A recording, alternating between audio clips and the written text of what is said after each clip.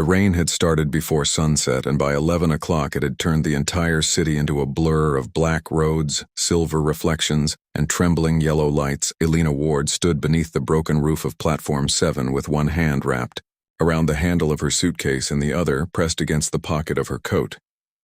Inside that pocket was a letter she had promised herself she would never read. She had already broken that promise twice. The first time had been in her apartment, 3 hours earlier.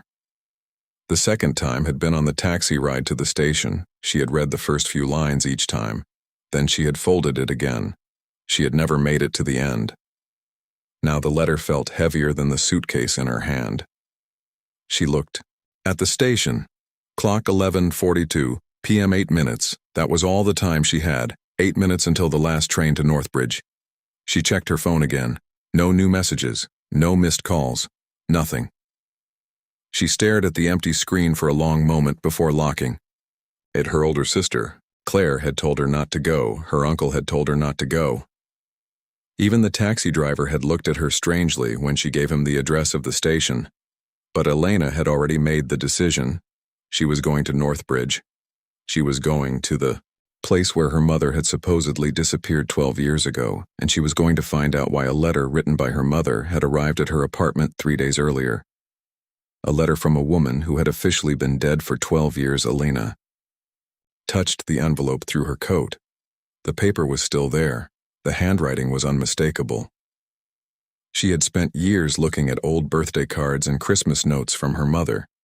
She knew every curve of those letters, every strange little angle, every way her mother crossed the letter.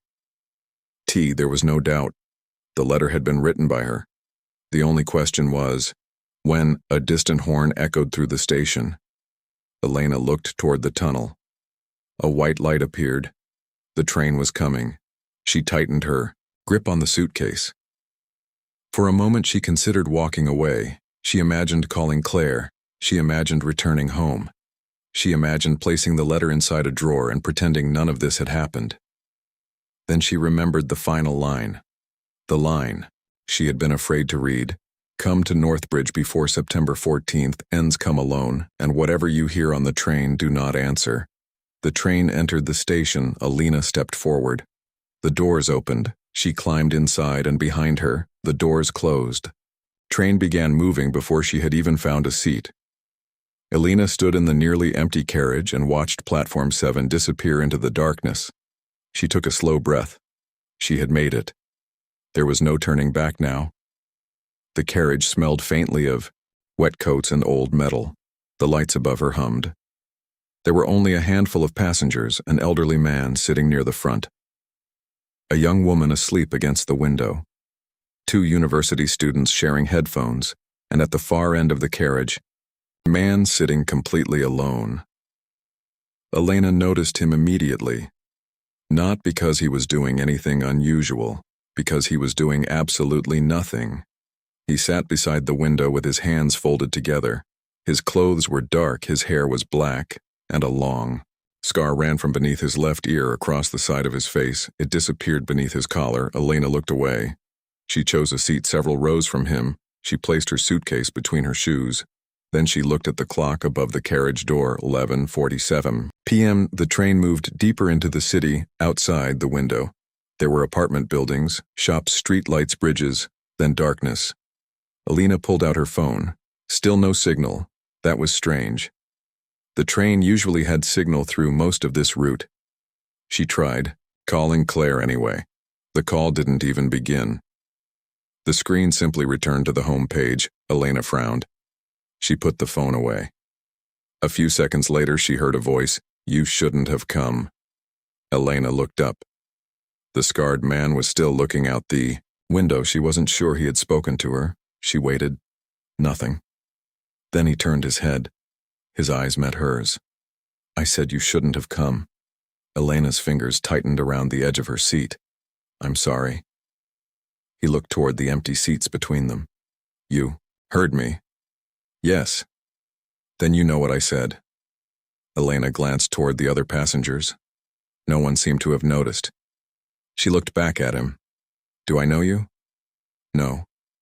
Have we met before? No. Then why are you talking to me? The man looked at the window again. Because you are sitting in the wrong carriage. Elena frowned. What does that mean? It means you should move. She almost laughed, but something in his expression stopped her. He wasn't joking. He looked genuinely afraid. Elena glanced toward the doors between the carriages. Why? Because this carriage isn't going to Northbridge. She stared at him. What? He finally turned completely toward her. The train will go there, but the carriage won't. Elena felt a strange chill move across her arms. What are you talking about? He leaned slightly closer. When the lights go out, he paused. Don't move. Elena stared at him, and don't speak. Why? Because if you hear someone call your name, he looked directly into her eyes. Do not answer. The train entered a tunnel. The lights flickered. Elena looked around once, twice, 3 times, then every light went out. The carriage disappeared into darkness. Elena heard someone inhale sharply. Then the sound of the train wheels vanished. Not became quieter, vanished. There was nothing. No movement. Vibration. No engine. No sound at all. Elena froze. Her hand moved instinctively toward her phone. Then she remembered the man's warning. Don't move. She stayed still. The darkness felt enormous. She could hear her heartbeat. Then something moved behind her. A soft sound like footsteps, one step, then another. Elena closed her eyes. The footsteps stopped. A voice whispered from somewhere behind her. Elena, every muscle in her body tightened. She knew the voice. She hadn't heard it in 12 years. Her mother's voice. Elena. Her eyes filled with tears. The voice came closer. Sweetheart. Elena almost answered. Her lips parted. Then she remembered the warning. Do not answer. She remained silent. The voice whispered again. Please. Elena's hands began to shake. Elena. The voice was now directly. Behind her, she could feel cold air against the back of her neck. Then another voice spoke. The scarred man's voice. Don't turn around. Elena stared into the darkness. What is happening? The man whispered. Nothing good. The lights came back. The train was moving again. The other passengers were still sitting in their seats. The young woman was asleep. The old man was reading. The students were listening to music. Nothing had changed, except one thing. The scarred man was standing, and there was blood running down his cheek. Elena stood immediately. You're bleeding. He wiped his face with his sleeve. I'm fine. No, you're not. He looked at her. You heard her. Elena didn't answer. Didn't you? She swallowed. Yes? Who was it? She stared at him. You know, I want you to say it. My mother. The man's face went pale. Then we have less time than I thought. Elena stepped closer. What does that mean? He looked at the clock. Enough 2 p.m. How long until Northbridge? Normally, he hesitated. 23 minutes. And tonight, he looked at the clock again. 7. Elena's stomach tightened. That doesn't make sense. I know. He sat down again. Elena remained standing. Who are you? My name is Daniel. Daniel. What? Mercer. The name meant nothing to her but something about his face. Did not the scar? His eyes. She had seen those eyes before. Somewhere long ago she looked away. Why do you know my name? Daniel didn't answer. Why do you know about my mother? Still nothing. Why did you tell me not to answer her? He finally looked at her. Because the last person who answered her never came back. Elena felt the blood drain from her face. Who?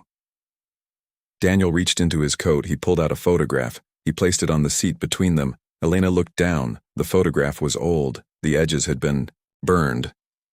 There was a railway station in the background, Northbridge. She knew it immediately.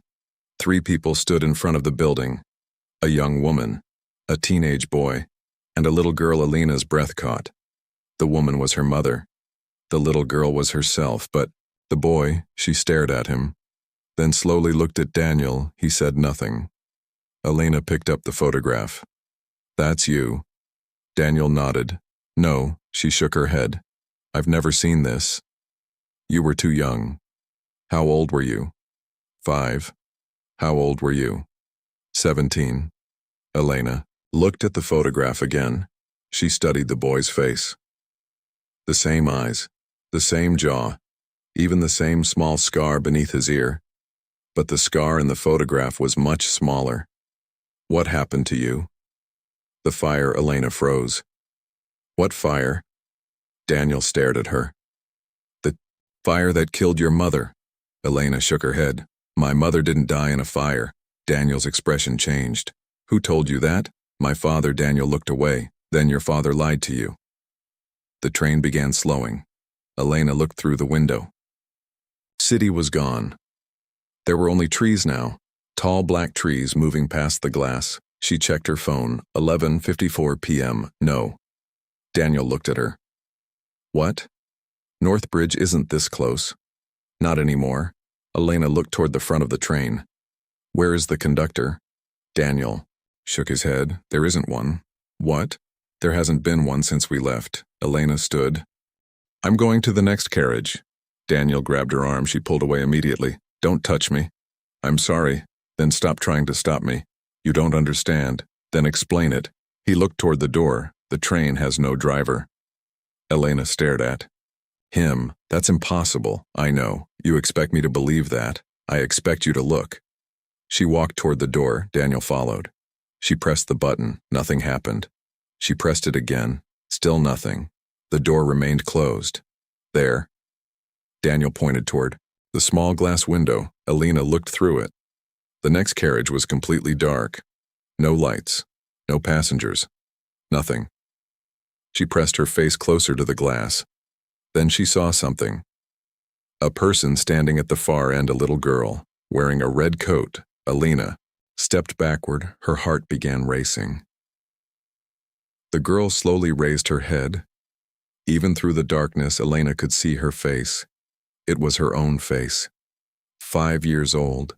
The little girl lifted one hand. She pointed toward Elena. Then she pointed toward the rear of the train. Daniel grabbed Elena's shoulder. "Don't look again." Elena turned. "That was me." "I know." "How?" "I've seen her before." "When?" "Every September 14. Elena stared at him. "What happens on September 14th? Daniel looked at the clock. 11:56 p.m. At midnight, he stopped. "Northbridge comes back." Elena didn't understand. "What do you mean, comes back?" "The station was destroyed 12 years ago." "I know. It was demolished." "I know. Then why are we going there?" Elena had no answer. Daniel continued, "Because tonight is September 14th. Elena looked at the date on her phone. September 13. She stared at it, then looked at the train clock. 11:56. She shook her head. "No." Daniel watched her. "You've been looking at the wrong date." "What?" "Your phone says September 13th. She looked at the screen. "Yes. The train clock says September 14th. Elena looked at the clock. 11:57. She felt dizzy. "That's impossible." Daniel's voice was quiet. "Welcome to Northbridge." The train accelerated. Trees blurred outside. Elena sat down.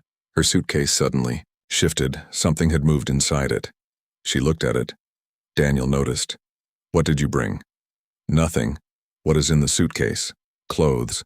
"Open it." "Why?" "Open it." Elena hesitated. Then she placed the suitcase on the seat. She opened the zipper. Clothes, a pair of shoes, a notebook, a small flashlight, and beneath everything, a wooden box. Elena frowned. "I didn't pack this." Daniel stared at it. "Don't touch it." She reached for it. Elena. Her fingers touched the lid. The box was ice cold. She pulled it out. There was no lock. Writing, no decoration, only one strange mark burned into the wood, a circle crossed by 3 lines. Daniel stepped backward. "Where did you get that?" "I told you. I didn't pack it." "Then someone did." Elena opened the box. Inside was a key, an old brass key, and beneath it another photograph. She picked it up. Her hands began shaking. The photograph showed the same station, but this time there were 4 people. Her mother, her father, Daniel and Elena, except Elena wasn't 5. She was older, much older. She looked exactly as she looked now, standing beside the station entrance wearing the same coat she was wearing tonight. Elena stared at the photograph. This was taken tonight. Daniel looked at it. No. Then when? 12 years from now. She looked at him. What? Daniel pointed. At the back there was a date, September 14th, 2038. Elena laughed nervously. That's impossible. Daniel didn't laugh. Northbridge doesn't follow normal time. She turned the photograph over. There was writing. 1 sentence: when she remembers the train, she remembers the fire. Elena looked up. What does that mean? Daniel's expression became grim. It means you already know what happened. I don't. You do. No. You just buried it. The train entered another tunnel. This time the lights didn't flicker. They stayed on, but every passenger in the carriage turned their head at exactly the same moment. The old man, the sleeping woman, the 2 students, all of them looked directly at Elena. She froze. Their eyes were completely black. Daniel stood. Do not move. The old man smiled. The sleeping woman opened her eyes. The students removed their headphones. Then all 4 passengers spoke together. Elena. She stepped backward. Daniel grabbed her hand. Run. They moved toward the rear of the carriage. The passengers stood slowly, one by one. The old man's neck twisted unnaturally. The woman's jaw opened wider than it should have. The students began walking toward them. Daniel pulled Elena through the connecting door. This time it opened. They entered the next carriage. The door slammed behind them. Elena looked back.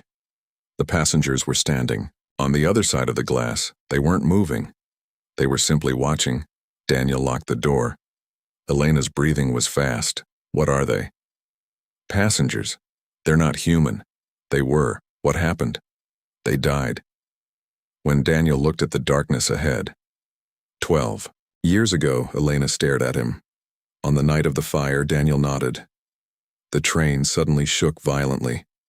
The lights went out again. Elena heard a scream. Not from behind them. From somewhere ahead. A child's scream. Daniel whispered, "We're here." The train began. Slowing, Elena looked through the window. A platform appeared. Broken lamps, weeds-blackened walls, and an old station sign, Northbridge. The train stopped. The doors opened. Cold air entered the carriage. Daniel didn't move. Elena looked at him. What now? He looked. At the station, we get off. And then, we find your mother. Elena stared at him. You said she died. I said that's what everyone believes. Is she alive? Daniel looked at her. No. Then what are we finding? He hesitated. Her memory. Elena stepped onto the platform. Daniel followed. The train doors closed behind them. The train began moving again. Elena turned. Wait. The train accelerated. Within seconds, it disappeared into the darkness. They were alone. The station was silent. Elena looked at the building. She had seen photographs of Northbridge, but the real thing was different. The station looked older than it should have. The walls were covered in soot. The windows were cracked. The platform was covered with weeds, yet every lamp was burning. Daniel walked toward the entrance. Elena followed. How do we get inside? Daniel pulled the brass key from her hand. He looked at it. This key belonged to your mother. How do you know? Because she gave it to me. When? The night she died. They reached the station doors. Daniel inserted the key. It turned easily. The doors opened. Inside was a long hallway. At the far end hung a clock. 11:59. Elena looked at Daniel. Why isn't it midnight? Because it is waiting. For what? Daniel looked at her. For you. The clock ticked. The minute hand moved. Midnight. Every light in the station went out. A bell rang somewhere beneath them, then another, then another. The floor began to shake. Elena grabbed the wall. Daniel shouted, "Don't let go." The shaking became stronger. A crack appeared in the floor. Dust fell from the ceiling. Then the entire station went silent. A voice came from beneath them. Elena. She knew the voice. Her mother's voice. This time it wasn't behind her. It was below her. She looked at the floor. Daniel whispered, "She's calling you." Elena stepped toward the crack. Mom. Daniel grabbed her arm. "Don't answer." Elena stopped. The voice came again. "Elena." She closed her eyes. Tears rolled down her face. "I know you're there." Silence. Then her mother's voice whispered, "Good." The floor opened, and beneath the station, staircase appeared, descending into darkness. Daniel stared down. Elena took one step forward. Daniel said nothing. She took another. At the bottom of the stairs, something moved. A figure stood in the darkness, holding a lantern. Elena couldn't see the face, but she knew the voice. "Come down," her mother's voice. "Come and remember." Elena looked at Daniel. He nodded slowly. And together, they began descending, one step at a time, into the place where Elena's childhood had been buried, into the place where the fire had begun, into the place where 12 years earlier a mother had made a promise. A boy had carried a child through smoke. A father had started a fire, and a train had taken away everyone who was never meant to return. Elena reached the bottom step. The figure, with the lantern, raised it. The light revealed an old underground platform. There were hundreds of doors along the walls. Each door had a name. Daniel stepped beside Elena. She looked at the nearest one. The name written on it was Elena Ward. She turned to Daniel. "Why is my name on that door?" Daniel's face had gone completely pale. "Because that isn't the first time you've been here." Elena stared at him. "What do you mean?" Daniel looked at the door, then at her. "You've been coming back every 12 years. Elena shook her head. "I've never been here," Daniel whispered. "Not in this life." The lantern went out, and somewhere in the darkness, a train whistle sounded. Elena heard footsteps approaching, slowly, carefully, one step after another. Then a woman's voice whispered, "Now." "You remember." Elena turned and saw her mother standing at the end of the platform. But this time, she wasn't smiling. She was crying, and behind her, standing in a row of absolute silence, were dozens of children, all wearing red coats, all staring at Elena, all holding brass keys. Her mother raised one hand and pointed toward the door bearing Elena's name. "Open it." Elena couldn't move. "Why?" Her mother looked at Daniel, then back at Elena. "Because the last time you opened it," she paused, "and the first Elena died." The underground platform trembled. The door began opening by itself, and from inside came the sound of a little girl crying. Elena heard the child whisper, "Please don't leave me again." Elena stepped forward. Her hand reached toward the door. Daniel shouted her name, but Elena had already touched the handle. The door opened, and inside, she saw herself, sitting alone in the darkness, waiting. The little girl slowly raised her face and whispered, "You came back." Then the door slammed shut. The entire station shook. And somewhere, far above them, a train began moving toward Northbridge for the first time in 12 years. The door slammed shut. For several seconds, Elena could do nothing except stare at it. Her own name was still carved into the wood, Elena Ward. The letters looked old, much older than they should have been. She reached for the handle again. It wouldn't move. Daniel.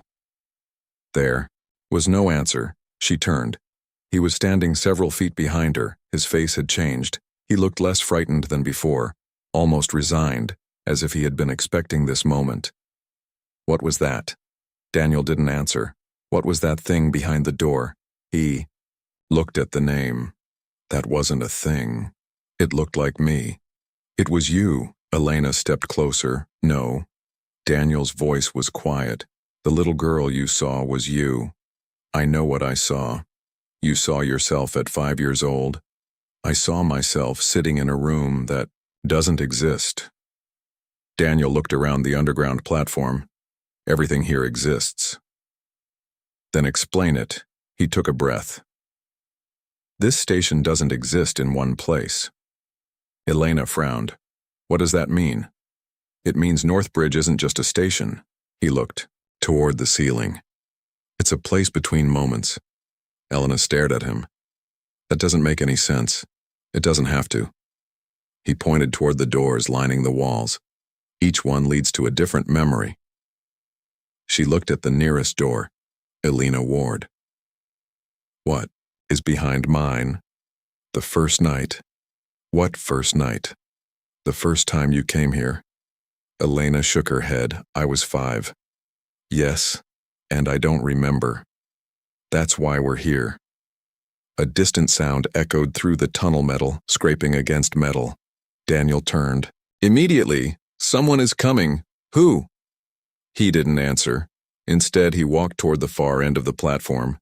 Elena followed. They passed door after door. Each one had a name. Some names were unfamiliar. Others belonged to people Elena recognized from the missing person posters she had seen around the city over the years. Daniel stopped at one door. Michael Ward. Elena stared at the name. My father. Daniel nodded. Why is his door here? Because he came here too. When? The night of the fire. Elena touched the letters. Wood was warm. She pulled her hand away. He's dead. Daniel looked at her. Is he? Elena stared at him. What do you mean? Your father disappeared 3 years after your mother's death. He was declared missing. Exactly.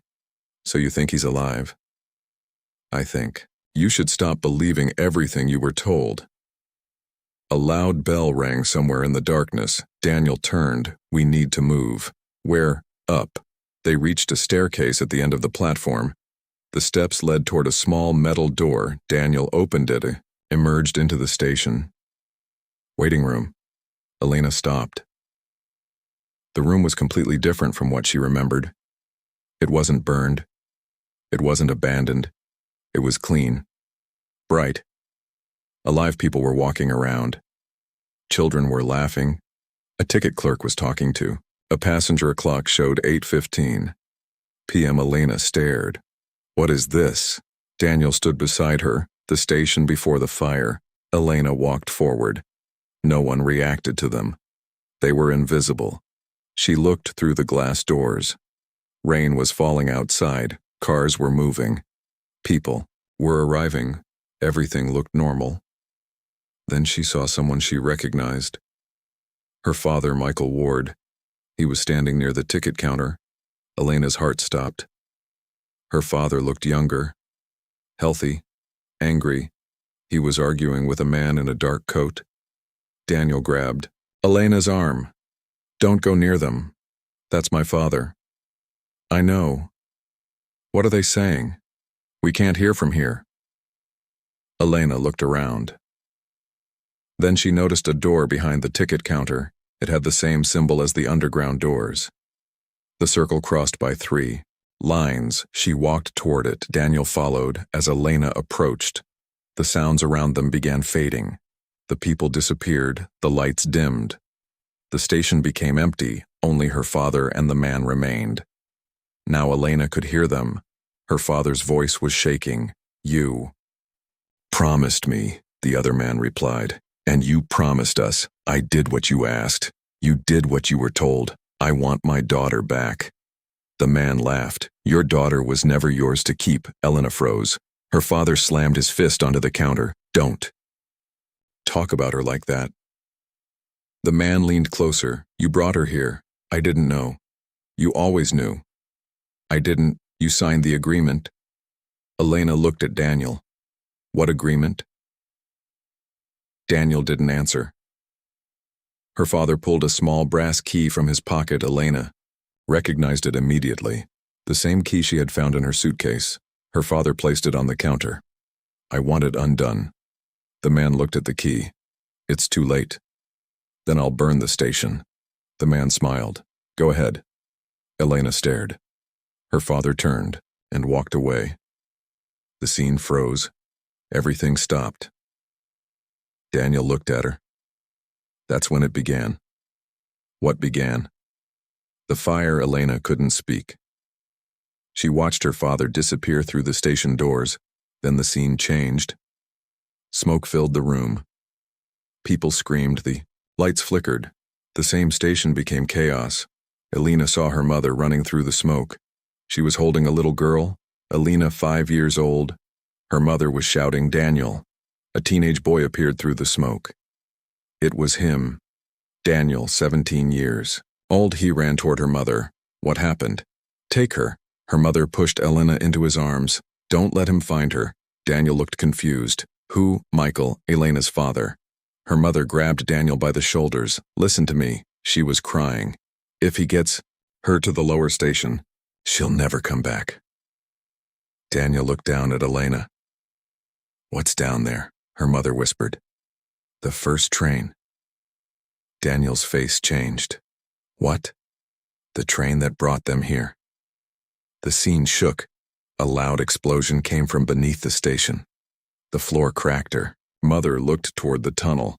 They've opened it. Daniel held Elena tighter. Where do I take her? Out.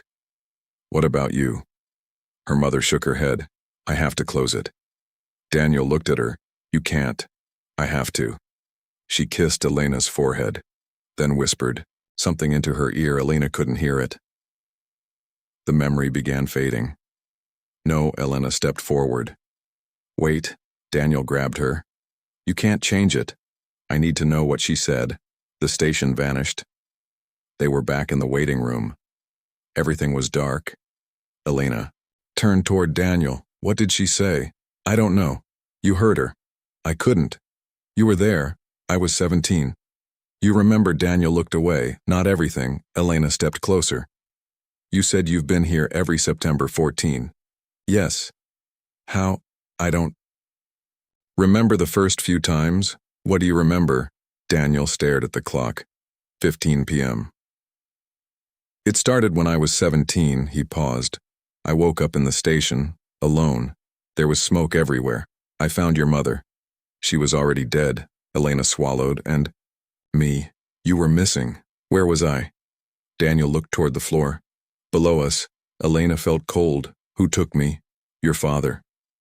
The waiting room suddenly shook. A train whistle sounded. Daniel grabbed Elena's hand. We have to go. They ran toward the opposite exit, but before they reached it, the station lights turned red. Every door slammed shut. A voice came over the old speakers. Attention passengers. Elena stopped. The announcement continued. The 12:00 train is now arriving. Daniel looked terrified. That's impossible. What? The station only announces that train when someone is about to disappear. The platform doors opened. A train rolled into the station. It was old black, covered in soot, no number. No destination. No driver. The doors opened. A woman stepped out, Elena's mother. But this time she looked different. Her clothes were burned. Her hair was covered in ash. Her face was pale. She looked directly at Elena. Don't get on. Elena stepped toward her. Mom. Her mother raised a hand. Don't. Elena stopped. Daniel whispered, She's not the one we saw before. Elena looked at him. What do you mean? There are two versions of your mother. What? The woman who wants to save you. He looked at the burned figure, and the woman who wants you to stay.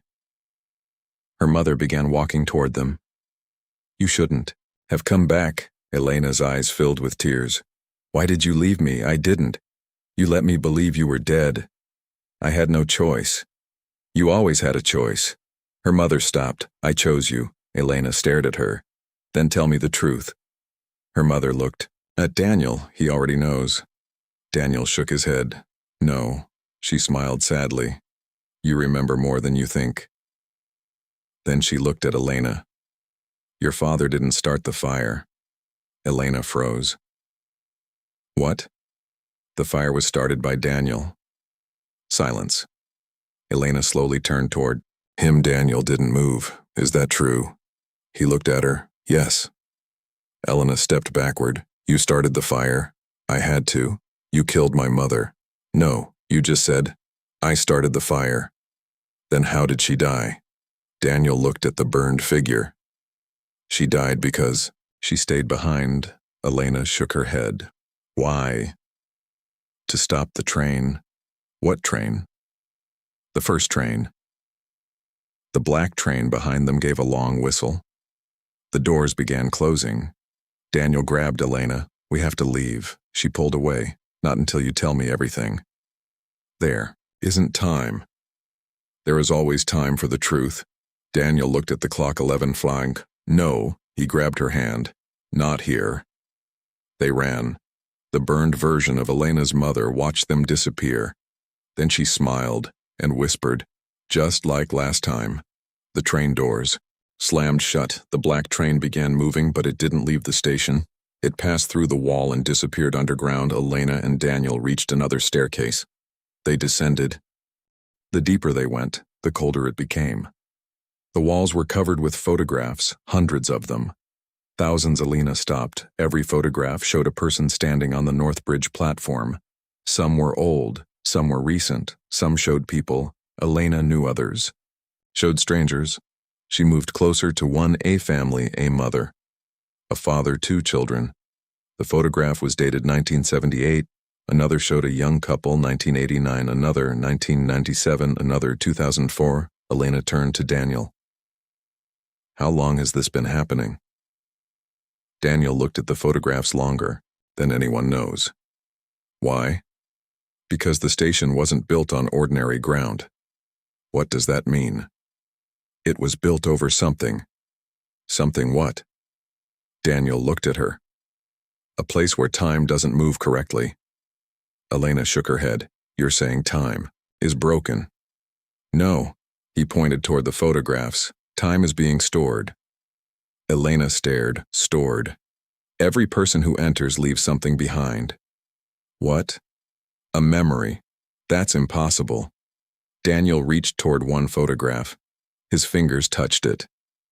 The image changed. Elena watched herself as a little girl, running through the station laughing, her father following her, her mother calling after them. Then the image changed again, the same scene. But Elena was crying. Her father was shouting. Her mother was holding a key. Daniel watched silently. Elena looked at him. You were there? Yes. Why don't I remember? Because your father took the memory from you. How? With the key. She looked at the brass key in her hand. This, Daniel nodded. It doesn't open doors. Then what does it do? It opens memories. Elena stared at the key. Why would my father erase mine? Because you saw something. What? Daniel hesitated. You saw what was beneath the station. What was beneath it? The first train. Elena looked down the staircase. And what is the first train? Daniel's expression became almost impossible to read. It isn't a train. What is it? A machine. For what? Traveling backward. Elena stopped. Backward through time. Daniel nodded. Your father wanted to use it. For what? To change. One night. The night my mother died. Yes. Did he succeed? Daniel looked at her. That's the problem. What? He changed it. Elena's breathing stopped. What did he change? Daniel whispered. He changed you. The staircase ended. A huge metal door stood before them. There was no handle, no lock, only the circle symbol. Daniel stepped aside. Elena approached. The brass key in her hand began vibrating. She held it toward the symbol. The door opened. Beyond it was a massive underground chamber, and in the center, surrounded by old railway tracks, was a train. It was unlike anything Elena had ever seen. There were no windows, no doors. Its body was made of dark metal, and beneath it, there were no wheels, only a strange blue light. Daniel stood beside her. The first train, Elena whispered. Train suddenly powered on. A low vibration moved through the chamber. The lights above them flickered. A screen appeared on the wall. A date appeared, September 14th, 2004, then another September 14, 2016, then another September 14, 2028, then another September 14, 2040. Elena stared. Every 12 years, Daniel nodded. The station opens, and someone disappears. Not someone. He looked at her. You, Elena shook her head. No, Daniel. Continued. Every 12 years you return. Why? Because you are the only person who can operate the first train. Elena looked at the machine. I've never operated anything like that. You did. When Daniel pointed toward the screen, before the fire, the Mia screen changed, a video appeared. A little girl stood inside the train, 5-year-old Elena. Her father stood behind her. Her mother was crying, and Daniel was standing beside them. Elena watched herself place her hand on the control panel. The machine began. Glowing, her father smiled. Then her mother screamed, "Stop." The video froze. Elena stared. What was I doing? Daniel whispered. You were about to change the past. Why? Because your father asked you to. Elena looked at him. And why did my mother stop him? Because she knew what would happen. What? Daniel didn't answer. The screen started again. Her mother rushed toward Elena. She pulled her away from the machine. Her father shouted. The fire began. Daniel ran toward Elena. The video ended. Elena stood completely still, and a voice came from behind them. Now you understand. Elena turned. Her father was standing there, Michael Ward, alive, older but unmistakably himself. Elena couldn't breathe. Dad, he smiled. Hello, Elena. Daniel stepped in front of her. Michael looked at him. You've failed again. Daniel's face hardened. I won't let you take her. Michael smiled. You already did. Elena looked between them. What does he mean? Michael looked at his daughter. You've been here before? Elena shook her head. I don't remember. I know. You erased it. Yes. Why? Because you were never supposed to remember. Elena stepped forward. You killed Mom. Michael's expression changed. No. Then what happened? She chose to stay, to stop. You. To stop the train. Elena looked toward the machine. What is it really? Michael walked toward it. The first train. He placed his hand against its metal surface. The beginning of everything. Elena stared at him. What happens if I get on? Michael smiled. You? Go back. To when? To the beginning. Can I save Mom? Yes, Daniel shouted. Don't listen to him. Michael ignored him. You can save her. Elena's eyes filled with tears. Then why didn't you? Michael looked at her. Because someone has to remain behind, Elena. Understood. Me. He nodded. Daniel stepped forward. No. Michael turned toward him. You've spent 12 years trying to stop this. Because I know what happens. You know what happens if she doesn't go. Daniel looked at Elena. Everyone dies. Elena froze. Michael smiled. Now you understand? Daniel shook his head. He's lying, Michael said. Ask him. Elena looked at Daniel. What happens if I don't get on the train? Daniel didn't answer. Tell me. Silence. Daniel. He closed his eyes. The station opens permanently. Elena whispered. And then the dead come through. How many? Daniel looked at the photographs. Everyone. Elena looked around the chamber. Everyone who ever disappeared? Daniel nodded. And what do they want? Daniel looked at the first train. They want their lives back. The machine began vibrating again. The blue light beneath it grew brighter. Michael stepped toward Elena. Come with me. Daniel grabbed Elena's hand. Don't. Michael smiled. She'll come. Elena looked at both men, then at the train, then at the key. The key began glowing, and suddenly a memory returned. A memory from when she was 5. She was standing inside the first train. Her mother was crying. Her father was screaming. Daniel was holding the door, and Elena herself was saying one sentence, I'll come back. Her. Mother looked at her and answered. I know, Elena gasped. The memory continued. She saw herself place the brass key into the machine. The train began moving, not forward, backward. The world outside disappeared. Her mother screamed. Daniel pulled Elena away. Her father shouted, and Elena heard herself say, "I can fix it." The memory ended. Elena opened her eyes. She looked at Daniel. "I remember." Daniel stared at her. "What?" she whispered. "I remember why I came back." Michael's smile disappeared. Elena held up the brass key. "I wasn't trying to save Mom." Daniel looked confused. "Then what were you doing?" Elena looked toward the first train. "I was trying to save you." The entire chamber went silent. Daniel's face changed. Elena nodded. "You died in the fire." Daniel stared at her.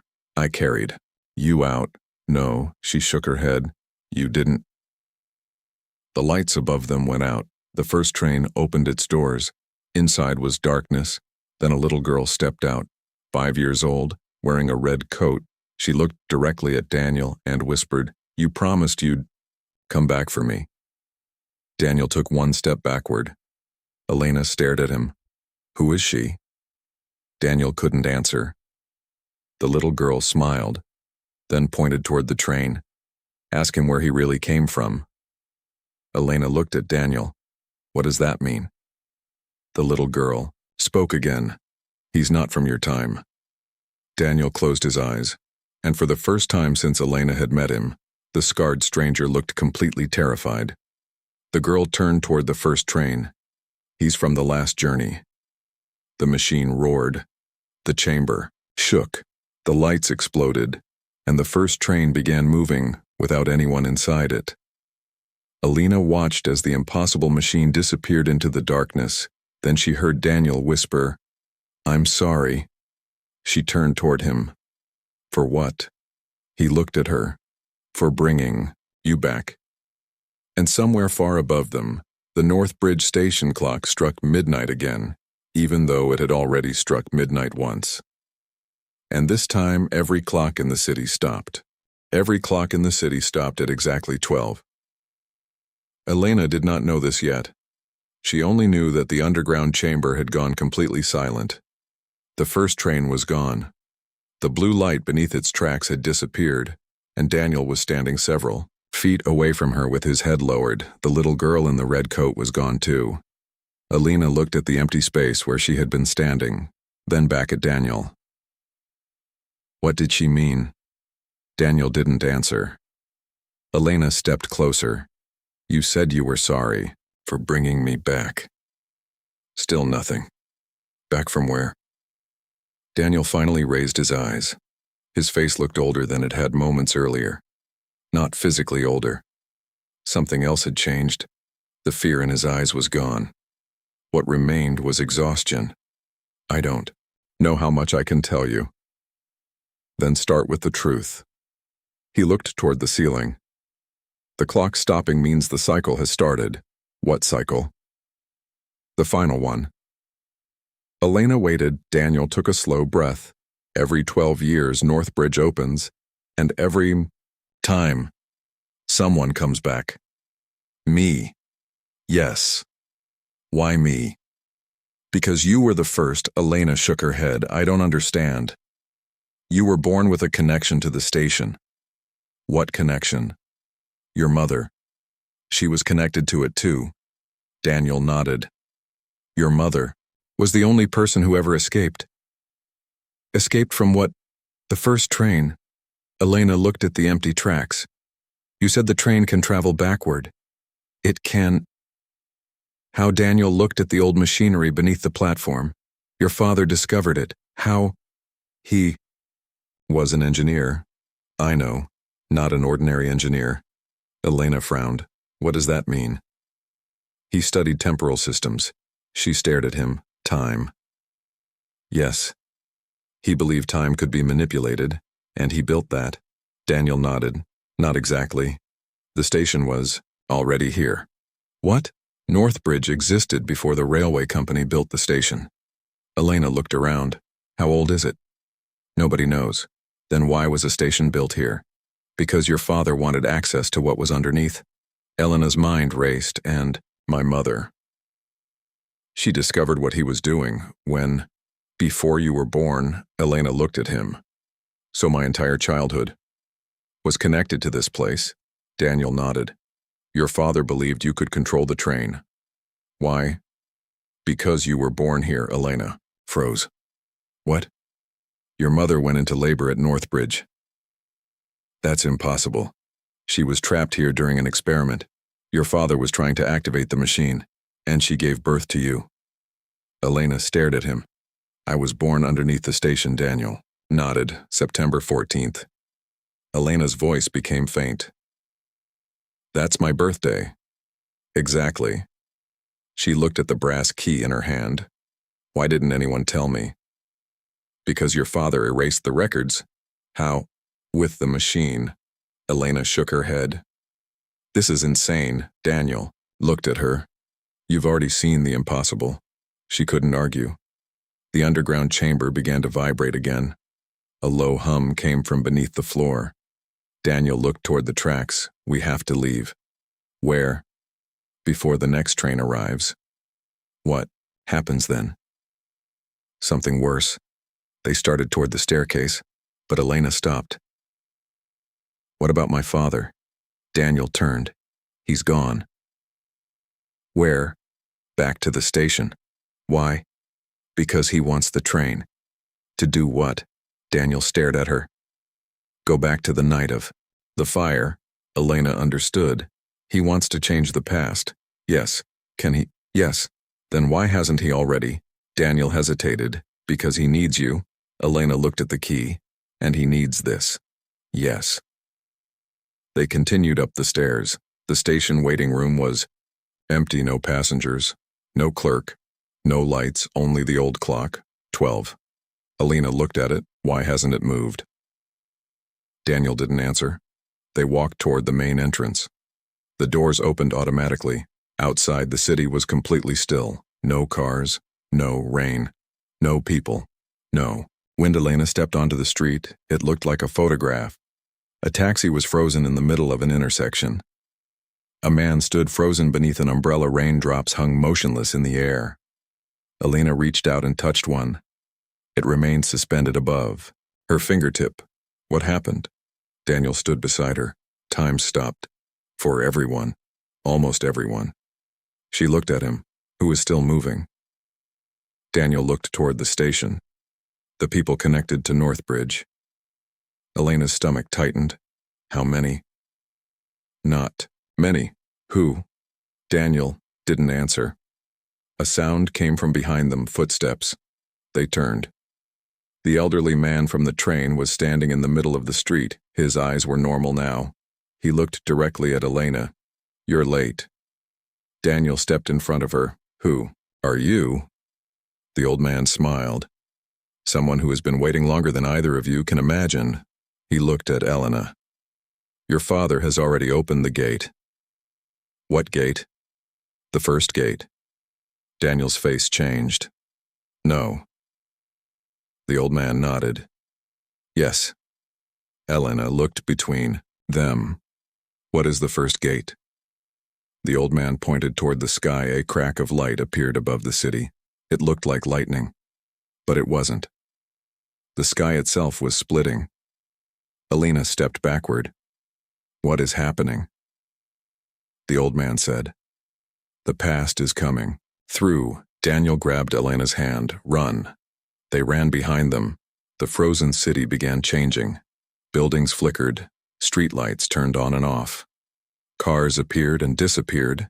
People moved backward, then forward, then vanished. Elena saw a woman walking with a baby. The same woman appeared again, 10 years younger, then 20 years younger, then disappeared. The world was cycling through memories. They reached a small building across from the station. Daniel opened the door. Inside was an old railway office. Maps covered the walls. There were hundreds of photographs, and on one table, a large metal box. Elena recognized the symbol, the same circle with 3 lines. Daniel locked the door. What is this place? Your father's research room. You've been here. Many times. Why? To stop him. Elena walked toward the table. There was a notebook. She opened it. The handwriting was her father's. She read the first page. Project, Northbridge Objective Reverse. The event, Elena turned the page. The next entry was dated 1999. The experiment was successful. Subject: survived temporal displacement. The next page, 2001 subject returned with severe memory loss. Next, 2002 children appear to be more compatible with the system. Next, 2003 Elena is showing unusual response. Next, 2004. She can hear the passengers. Elena stopped. Her hands began shaking. Daniel stood beside her. What passengers? He looked away. Keep reading. She turned the page. The final entry was dated September 13th, 2004. Tomorrow we begin the final experiment. Elena will enter the train. Her mother must not interfere. Elena. Close the notebook. My father planned it. Daniel nodded. Yes. He wanted to put me on the train. Yes. Why? Because you were the only person who could survive. Survive what? The return journey. Elena looked at the notebook. What was he trying to reverse? Daniel's silence told her everything. My mother. Yes. He wanted to bring her back. Yes. Then why did she die? Daniel looked at the floor. Because the machine doesn't bring people back. What does it do? It replaces them. Elena stared at him. With what? Another version of the person. Daniel pointed toward the notebook. Your father discovered that when you travel backward, he paused. You don't go back as yourself. Elena felt cold. You become another version. Exactly. So the woman we saw, your mother. Was she really my mother? Daniel nodded. But not the same one. She was your mother's memory. Elena looked at him. And the girl. Your memory. She shook her head. I don't understand. You don't need to yet. Daniel picked up the notebook. We need to find the original records. Where? Under the station. We were just there. Not deep enough. They left the office. The city was still frozen. But the crack in the sky had grown. A strange orange light poured through. Elena looked up. She could see another city above them, a city from 12 years earlier, the same buildings, the same streets, but different cars were moving. People were walking, and rain was falling. September 14, 2004, Elena stared. We can see the past. Daniel nodded, and the past can see us, a woman, on the street above, looked directly at Elena. It was her mother. Elena gasped. Her mother raised one hand. She pointed toward the station. Then the image vanished. Elena turned to Daniel. She wants us there. Yes. They returned to Northbridge. The station entrance was open inside. The lights were burning. A train announcement played. Passengers for the 12:05 service. Please proceed to Platform 4. Daniel stopped. There is no Platform 4. Elena looked at him. Then where is that coming from? A door appeared in the wall. It hadn't been there before. A number 4 was painted above it. Daniel stared. This wasn't here. Elena opened it. A staircase descended. They went down. At the bottom was a platform, but this one looked new, clean, bright. There were people waiting, dozens of them. Elena recognized several faces from the photographs. They all looked alive. A little girl was holding a red coat. A young man stood beside her, and at the far end, Elena's mother. Elena ran toward her mom. Her mother turned, but before Elena could reach her, Daniel pulled her back. Wait, her mother looked at Daniel. She doesn't remember. Daniel nodded. Not yet. Elena stared at them. What are you talking about? Her mother smiled sadly. You always ask the same question. What question? Why did I leave you? Elena's eyes filled with tears. I want the answer. Her mother looked toward the tracks. Because I knew what your father would do. What? He would use you. He already did. Her mother shook her head. No. You saved me. Yes. But you didn't save yourself. Her mother looked at Daniel. He tried. Elena turned. What happened to him? Her mother didn't answer. Daniel did. I died. Elena stared. No. September 14, 2004. You died in the fire. Yes. Then how are you here? Daniel smiled sadly. I told you. I'm from the last journey. What? Does that mean I am not the Daniel who survived the fire? Elena's face went pale. The Daniel you know, he paused, is a version that came back. Her mother stepped closer. He has been trying to undo the mistake ever since. Elena looked at Daniel. What? Mistake, he couldn't answer. Her mother whispered. Elena shook her head. What did I do? You changed the past. I was 5. You were 5 when you first entered the train. Her mother reached for Elena's face. And you were 5 when you decided to save Daniel. Elena looked at him. What happened? Her mother looked toward the tracks. Your father sent you into the train. He wanted to go back. But you refused. You chose Daniel. Elena remembered a flash smoke, a train, Daniel's hand, her own voice. I'll bring him back. Her mother nodded. You changed the destination? Elena whispered. Where did I send him? Her mother closed her eyes. To the future. Elena stared. That's impossible. He arrived 12 years later. Daniel looked at Elena. I woke up on September 14th, 2016. At the same station. You were there. But older, I didn't know you. Until you touched the key. Elena looked down. The key? Your mother gave it to you, before she died. Yes, and I brought you back. Daniel nodded. Yes, why? Because I thought I could save you. Elena's mother interrupted. You can't. Daniel looked at her. You don't know that. I do. Then why did you call her? Because the final cycle has begun. Daniel stepped forward. You know what happens if she enters the train? Her mother nodded. She disappears. And if she doesn't, everyone else disappears. Elena stared at them, so there is no way to stop it. Her mother looked at her. There is one.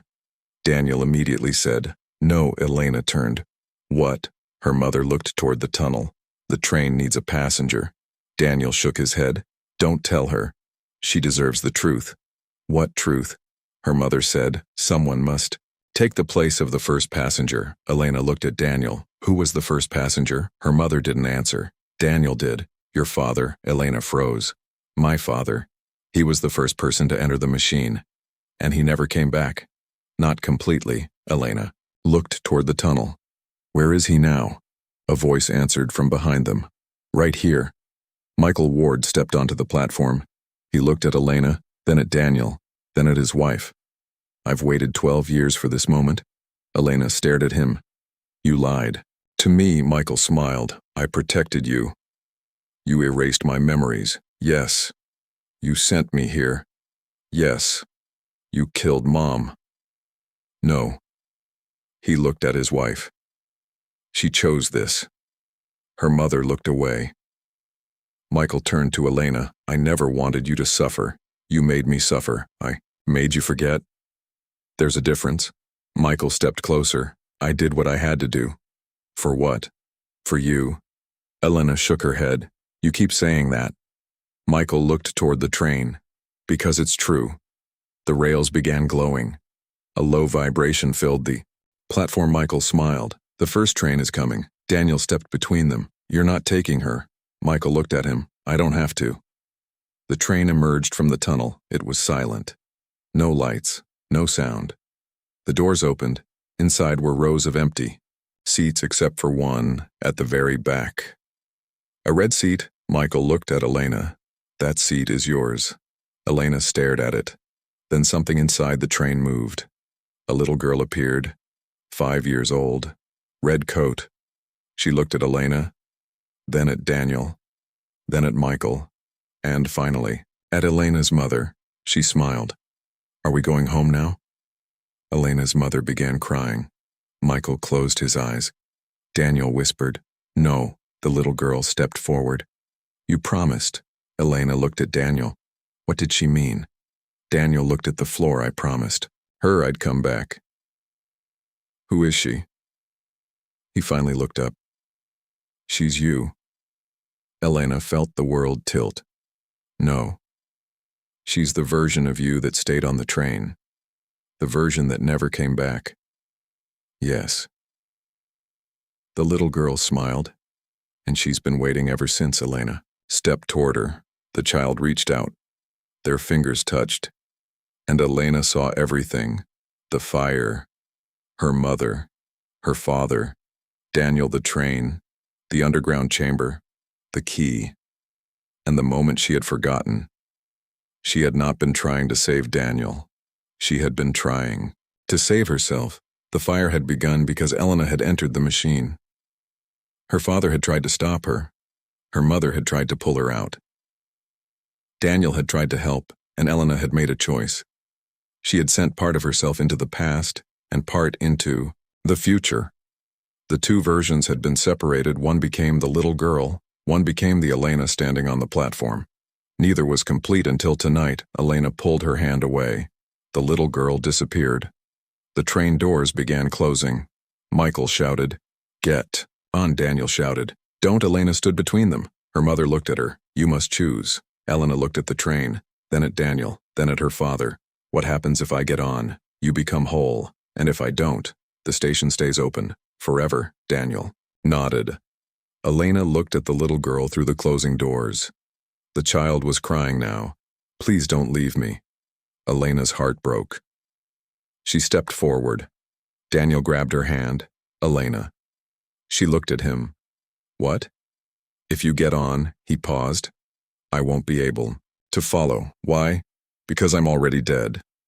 The doors closed. The train began moving. Elena watched it disappear. Then she looked at Daniel. "What do we do now?" He looked at the clock, 12:12. The time had started moving again, but it was moving backward. 12. Left toner 2. 12:09. Daniel whispered, "It's beginning." "What?" "The fire." Elena looked toward the station. Smoke began filling the platform. People started screaming. The walls turned black. The lights exploded. The past was returning, and somewhere in the smoke Elena heard her father's voice, "Take her." Then her mother's voice, "Run." Then Daniel's voice, "Elena." She turned. He was gone. In his place stood the 17-year-old Daniel, covered in smoke, holding a little girl in his arms. Elena watched herself being carried through the station. The scene was happening again, but this time she could see everything. Her mother ran behind them. Her father chased them, and beneath the floor, the first train began to wake. The fire of 2004 had returned, not as a memory, but as reality. Elena understood what Daniel had meant. The final cycle had begun, and this time, there would be no one left outside it. The station shook, the walls cracked, the underground doors opened, and thousands of voices rose from below, all saying the same name, Elena. She covered her ears, but the voices became louder. "Elena, Elena, Elena." Then one voice rose above all the others, her mother's, "Find your father." Elena opened her eyes. Her father was gone. The train was gone. Daniel was gone. Only the underground staircase remained, and at the bottom, single door stood open. Behind it was a room Elena had never seen before. On the wall was a photograph. Her mother, her father, Daniel, and Elena. But beneath the photograph someone had written a sentence. The fire did not begin in 2004. Elena stepped closer. A second line appeared beneath it. It began the first time Elena came back. She stared at the words. Then another sentence appeared. "The first Elena is still alive." Elena's breathing stopped. A final line appeared, "And she is waiting for you." The door behind her slammed shut. The room went dark, and from somewhere inside the walls, a little girl began laughing. Elena turned. The red coat appeared in the darkness. The little girl stepped forward. This time she wasn't crying. She was smiling, and she looked exactly like Elena. Except, for one thing, her eyes were completely black. She whispered, "Now we can finally go home." The floor disappeared beneath Elena, and she fell down into the darkness, toward the place where the fire had started, toward the first train, toward the original Elena, and toward the truth her father had spent 12 years trying to bury. Elena fell through darkness. There was no ground beneath her, no walls, no ceiling, only the sensation of falling through an endless space while voices whispered around her. Some were familiar, Some were strangers. Some sounded like children. Others sounded old, and all of them were saying the same thing, Elena, Elena, Elena. She tried to scream. No sound came out. Then something grabbed her wrist. A hand small cold. She looked up. The little girl in the red coat was falling beside her. The child smiled. You shouldn't be afraid. Elena tried to pull away. Who are you? The girl tilted her head. You know who I am. No. You've forgotten. Tell me. The girl moved closer. I'm the part of you that stayed. Elena stared at her. Stayed where? The child pointed downward. Here. The darkness beneath them suddenly filled with light. Elena saw the station. But it wasn't the North Bridge she knew. It was enormous, far larger than the abandoned station above. There were platforms stretching in every direction, tracks crossing through one, another. Thousands of doors, thousands of clocks, and trains moving silently through the darkness. Some were modern. Some were ancient. Some looked like they had never existed. Elena gasped. What is this place? The little girl smiled. Where all the forgotten moments go. They continued falling. Elena saw people standing on the platforms. Some were young. Some were old. Some were children. Some looked exactly as they had on the day they disappeared. She saw a woman holding a suitcase. A man reading a newspaper. A boy. With a school bag, a soldier, a nurse, a family. All waiting. All silent. All watching the trains. Who are they? Passengers. Where are they going? Nowhere. Why? Because they already arrived. Elena didn't understand. The girl pointed toward one platform. A train stopped. Its doors opened. A man stepped out. He looked around, then vanished. Where did he go? He remembered. Remembered what? That he was dead. Elena felt cold, and then he left. Where? The little girl smiled. Home. Elena looked around. Is this where my mother is? Sometimes. What does that mean? She moves. Where? Where the memories take her. Elena looked at the child. Can you take me to her? The girl shook her head. Not yet. Why? Because you have to find him first. Who? The child pointed into the darkness. A man was walking along a distant platform. Michael Ward, Elena's father. Elena immediately began moving toward him. The little girl grabbed her hand. Wait. He knows. He knows everything. Then I need to talk to him. You need to remember him. What? The girl touched Elena's forehead. The world changed. She was 5 years old again. She was standing inside the first train. Her father was kneeling in front of her. He looked younger, less tired, less angry. He was smiling. Do you know what this is? Elena shook her head. A train. That's right. Where does it go? Anywhere. Can it go home? Michael smiled. It can go anywhere you want. Her mother stood behind him. She looked frightened. Michael. He ignored her. Would you like to see tomorrow? Elena smiled. Yes, Michael. Touched the machine. The train began glowing. Her mother rushed forward. No, Michael turned. Get back. You don't know what you're doing. I know exactly what I'm doing. You'll kill her. I won't. You don't understand the machine. I understand enough. Her mother looked at Elena. Come with me. Elena reached for her mother. Michael grabbed her wrist. You stay. Her mother screamed. Let her go. The memory broke. Elena was back in the underground station. She looked at the little girl. My father was going to use me. Yes. Why? Because he wanted to see tomorrow. Why? The girl looked toward the endless platforms. Because he was afraid of losing your mother. Elena looked down. What happened to her? He saw her die. When? Before you were born? Elena froze. What? He already knew how she would die. The child continued. He built the machine to stop it. Elena looked toward the distant figure of her father, but he failed. No. What? He succeeded. Elena's face tightened. He saved her. Yes. Then why is she dead?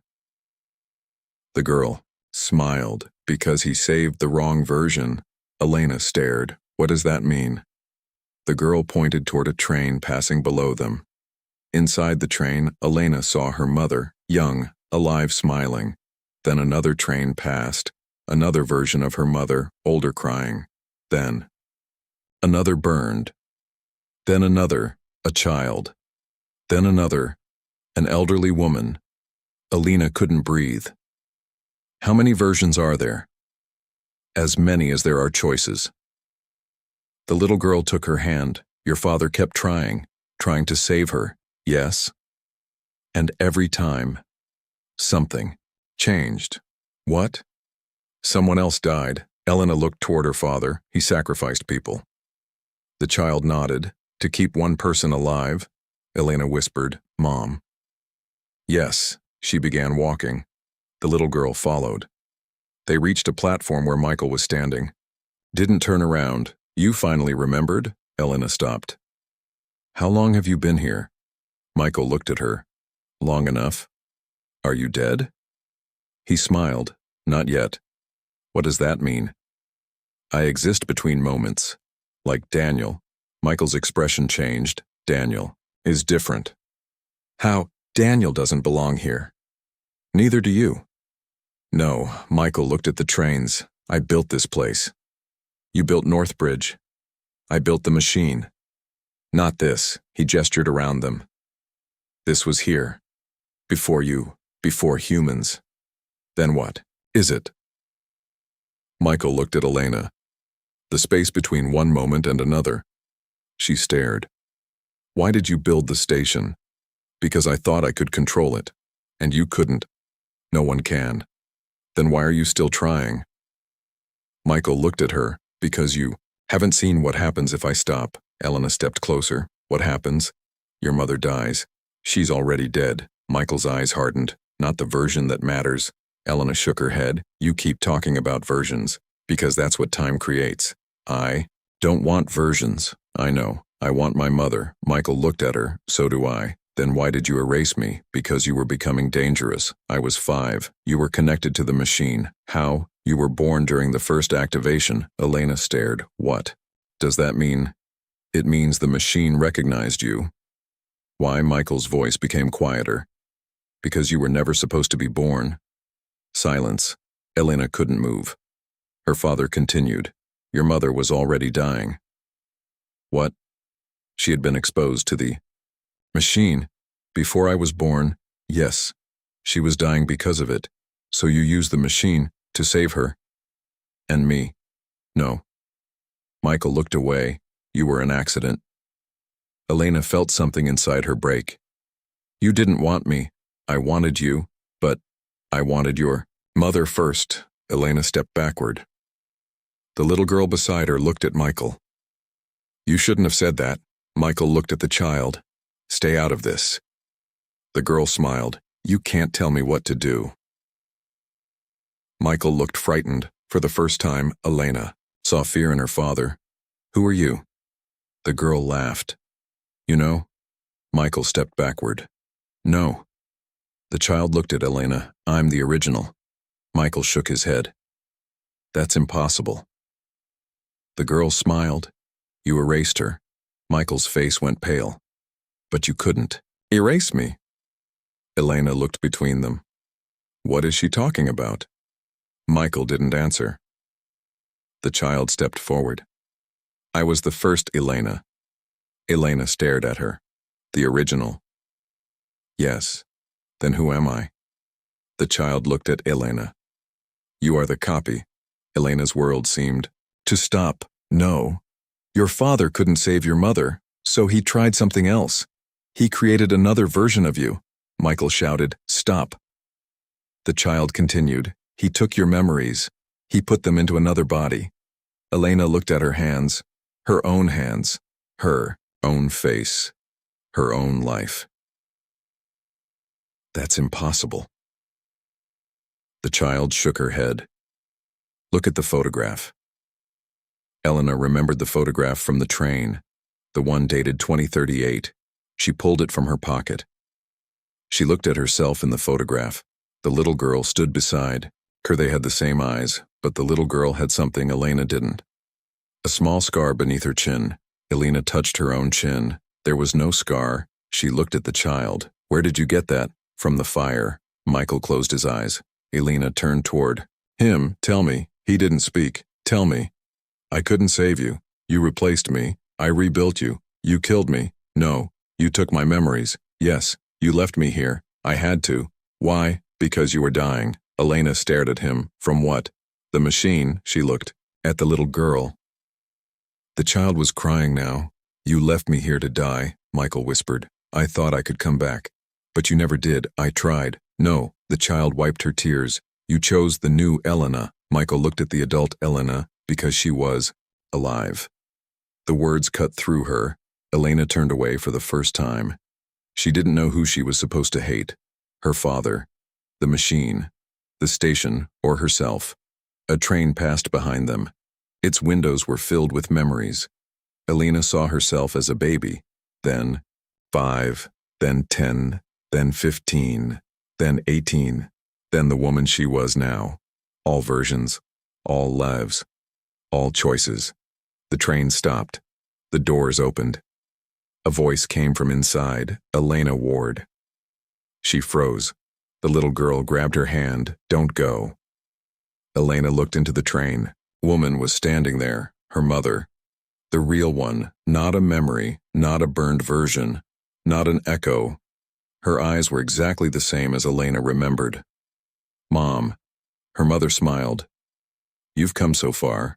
Elena ran into her arms. For the first time in 12 years, she felt her mother's embrace. Warm, real familiar. She began crying. I missed you. I know. Why did you leave? I didn't. You were here, always. Why couldn't I find you? Because your father locked. The memory. Elena looked at her.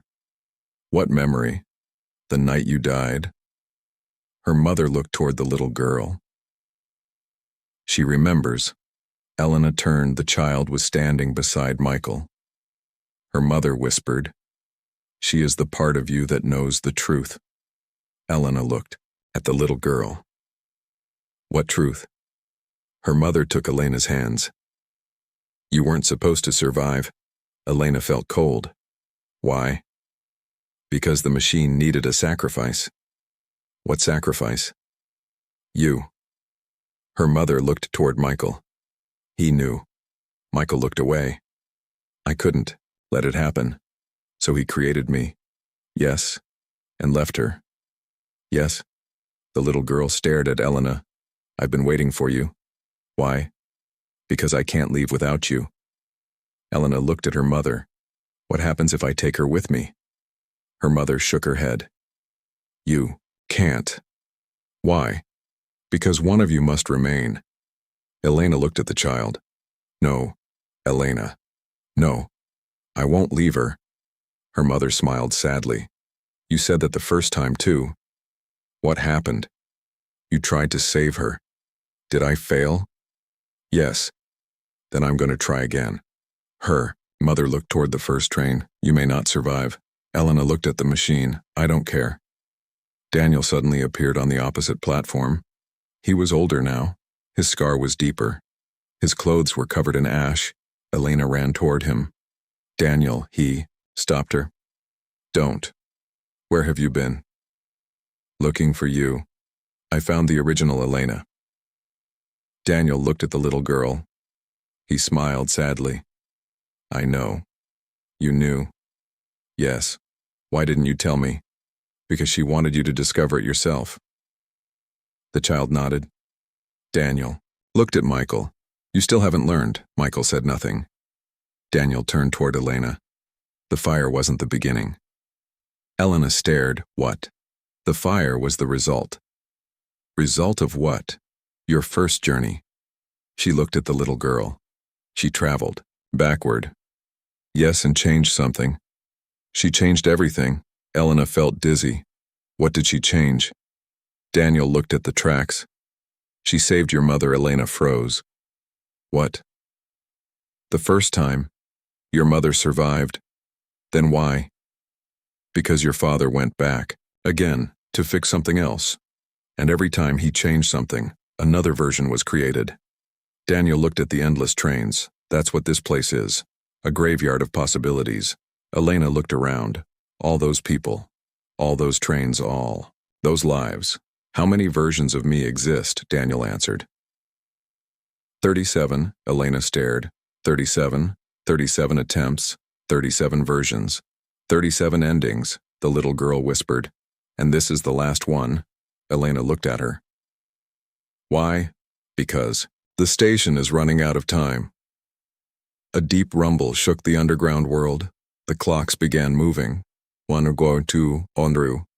For the first time was moving forward. Daniel looked frightened. It started. What? The collapse. Michael looked toward the tracks. No, Daniel shouted. Where is the first train? Michael pointed. It disappeared. Then we're too late. Elena looked at her mother. What happens now? Her mother looked at the ceiling. The station is collapsing. Where do we go? There is only one place. The first train suddenly appeared, but this time it was burning. Smoke poured from the windows. The doors opened. Inside, Elena saw every version of herself. 37 girls, 37 women, 37 lives, all staring at her. Some were crying. Some were angry. Some were smiling. One was holding a baby. One was wearing a wedding dress. One was old. One had the same scar as the little girl, and one standing at the very back looked exactly like Elena, but she was covered in blood. Elena stared at her. Who is that? Daniel whispered. The last version. What happened to her? She tried to stop the machine. Did she fail? Daniel nodded. How? She killed everyone. Elena stepped backward. No, she believed she was saving them. Why would she? Because she discovered the truth. What truth? Daniel looked at Elena. There is no way to change the past. He paused. You can only create another future. Elena stared at him. Then everything my father did. Created another timeline. Another reality. Another version. And none of them changed anything. Exactly. Michael stepped toward the train. No, Elena looked at him. You still don't understand. He shook his head. I can fix it. You can't. I can. You've tried 37 times. Michael stopped. The little girl walked toward him. You always say that. Michael stared at her. I was trying to save you. You were trying to save yourself. She reached for his hand. He pulled away. The child smiled. You don't want to die alone. Michael's face changed. The train began shaking. The doors started closing. Elena looked at Daniel. What do we do? He looked at the train. We choose. Choose what? Which version survives? Elena stared. One. Only one. She looked at her mother, her father, Daniel the little girl, then at herself. She finally understood. The station wasn't asking her to save the past, it was asking her to choose a future. And whatever she chose, the other lives would disappear. Elena stepped toward the train. The little girl took her hand. Daniel stood beside them. Michael remained behind. Her mother watched from the platform. Elena looked at all of them. I'm not choosing one. Daniel looked at her. What? I'm ending the machine. Michael shouted. No, Elena turned. You've had 12 years. You couldn't stop it. I can. You'll destroy everything. Exactly. The little girl smiled. That's why I chose you. Elena looked at the machine. She raised the brass key, and instead of putting it into the control panel, she broke it. The sound echoed through the station. The key shattered. The underground world screamed. Every train began moving, every door opened, every clock exploded. The 37 versions of Elena disappeared one by one. The little girl began fading. Elena grabbed her. No. The child smiled. You finally chose me. Elena held her tightly. I won't let you go. You can't keep me. Why? Because I'm you. That I. Child touched Elena's heart, and you don't need me anymore. The little girl disappeared into light. Elena screamed. The entire station collapsed. Daniel grabbed Elena. Her mother reached for her. Michael vanished into the darkness. The trains disappeared. The tracks broke apart. The underground world began folding in on itself. Elena felt herself falling But this time, Daniel was holding her. Her mother was holding her other hand. And somewhere above them, a train whistle sounded one final time. The light became brighter. Elena closed her eyes and heard her mother's voice. "Wake up." She opened them. She was lying on a railway platform. Rain was falling. Cars were moving. People were walking. The city clock read 12:15 a.m. September 14. Daniel was beside her, but his face looked different. No scar. No blood. No exhaustion. He looked 17. Elena stared. "Daniel," he smiled. "You made it." She looked around. "Where's my mother?" Daniel pointed toward the station entrance. A woman was standing there, young, alive, smiling. Elena stood.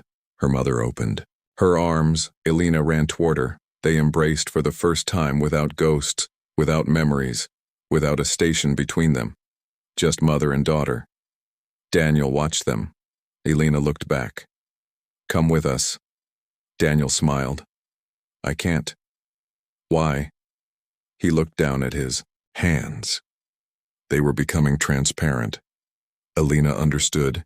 "You. I'm part of the old timeline." "No, Elena." She stepped toward him. "I won't lose you again." "You won't." "How?" "Because this time," he smiled, "you remembered me." Daniel disappeared. Elena stood in the rain. Her mother held her. The station clock moved forward 12:16, then 12:17 for the first time in 12 years. September 14th continued normally, but far beneath the city, where no station appeared on any map, an old brass key remained laying beside a broken railway track, and carved into the stone beside it were 4 words: "The last journey isn't over." For the first time in 12 years, September 14th continued. The clock moved forward 12, 16, 12, 17, 12, 18. Elena stood outside Northbridge Station with her mother beside her. Rain fell gently across the empty street. Cars moved normally. People walked past without noticing anything unusual. The city had returned to itself. But Elena couldn't. She kept looking at the station, waiting for something to happen, waiting for the lights to flicker, waiting for the clock to stop, waiting for Daniel. Nothing happened. Her mother squeezed her hand. "Come home." Elena looked at her. "Where?" Her mother smiled. "Home." The word felt strange. Elena had spent so long searching for a place that felt like home. She wasn't sure she remembered what it meant anymore. They walked away from the station. Neither of them noticed the figure standing on the roof, a young man, 17 years old, watching them disappear into the rain. Daniel, he looked down at his hands. They were no longer transparent. He flexed his fingers. They were solid, warm, alive. He looked toward the station clock. 12:19, he whispered. "She did it." Then he turned and walked into the darkness. Elena's mother's house was only 15 minutes from the station. Elena remembered it differently, smaller, darker, older. But when they opened the front door, the house looked almost exactly as it had in her childhood. The same hallway, the same staircase, the same framed photographs, the same small table beside the entrance. Elena stopped. There was a photograph sitting on it.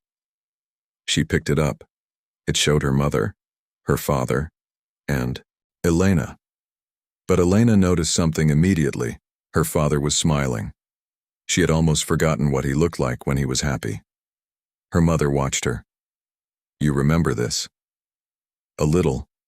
You were 4. Before everything happened." Her mother nodded. Elena turned the photograph over. There was writing on the back: September 14th, 2003, the year before the fire. Elena stared at the date. "Why didn't you tell me about this?" Her mother hesitated. "Because I wasn't sure if it was safe." "What do you mean?" Her mother closed the door, then locked it. "Come upstairs." They went into the old bedroom. Her mother opened a drawer. Inside was a small box. She placed it on the bed. Elena stared at it. What is that? Something I kept from your father. Why? Because he was looking for it. Her mother opened the box. Inside was a cassette tape, several photographs, a newspaper clipping, and a small silver pendant. Elena picked up the pendant. She recognized it. She had seen it before, in one of her dreams. What is this? Your father's first experiment. Elena looked at the cassette. Does this have something to do with Northbridge? Everything. She looked at her mother. Then we need to hear it. Her mother nodded. They found an old cassette player in the attic. It still worked. Elena inserted. The tape static filled the room, then her father's voice appeared.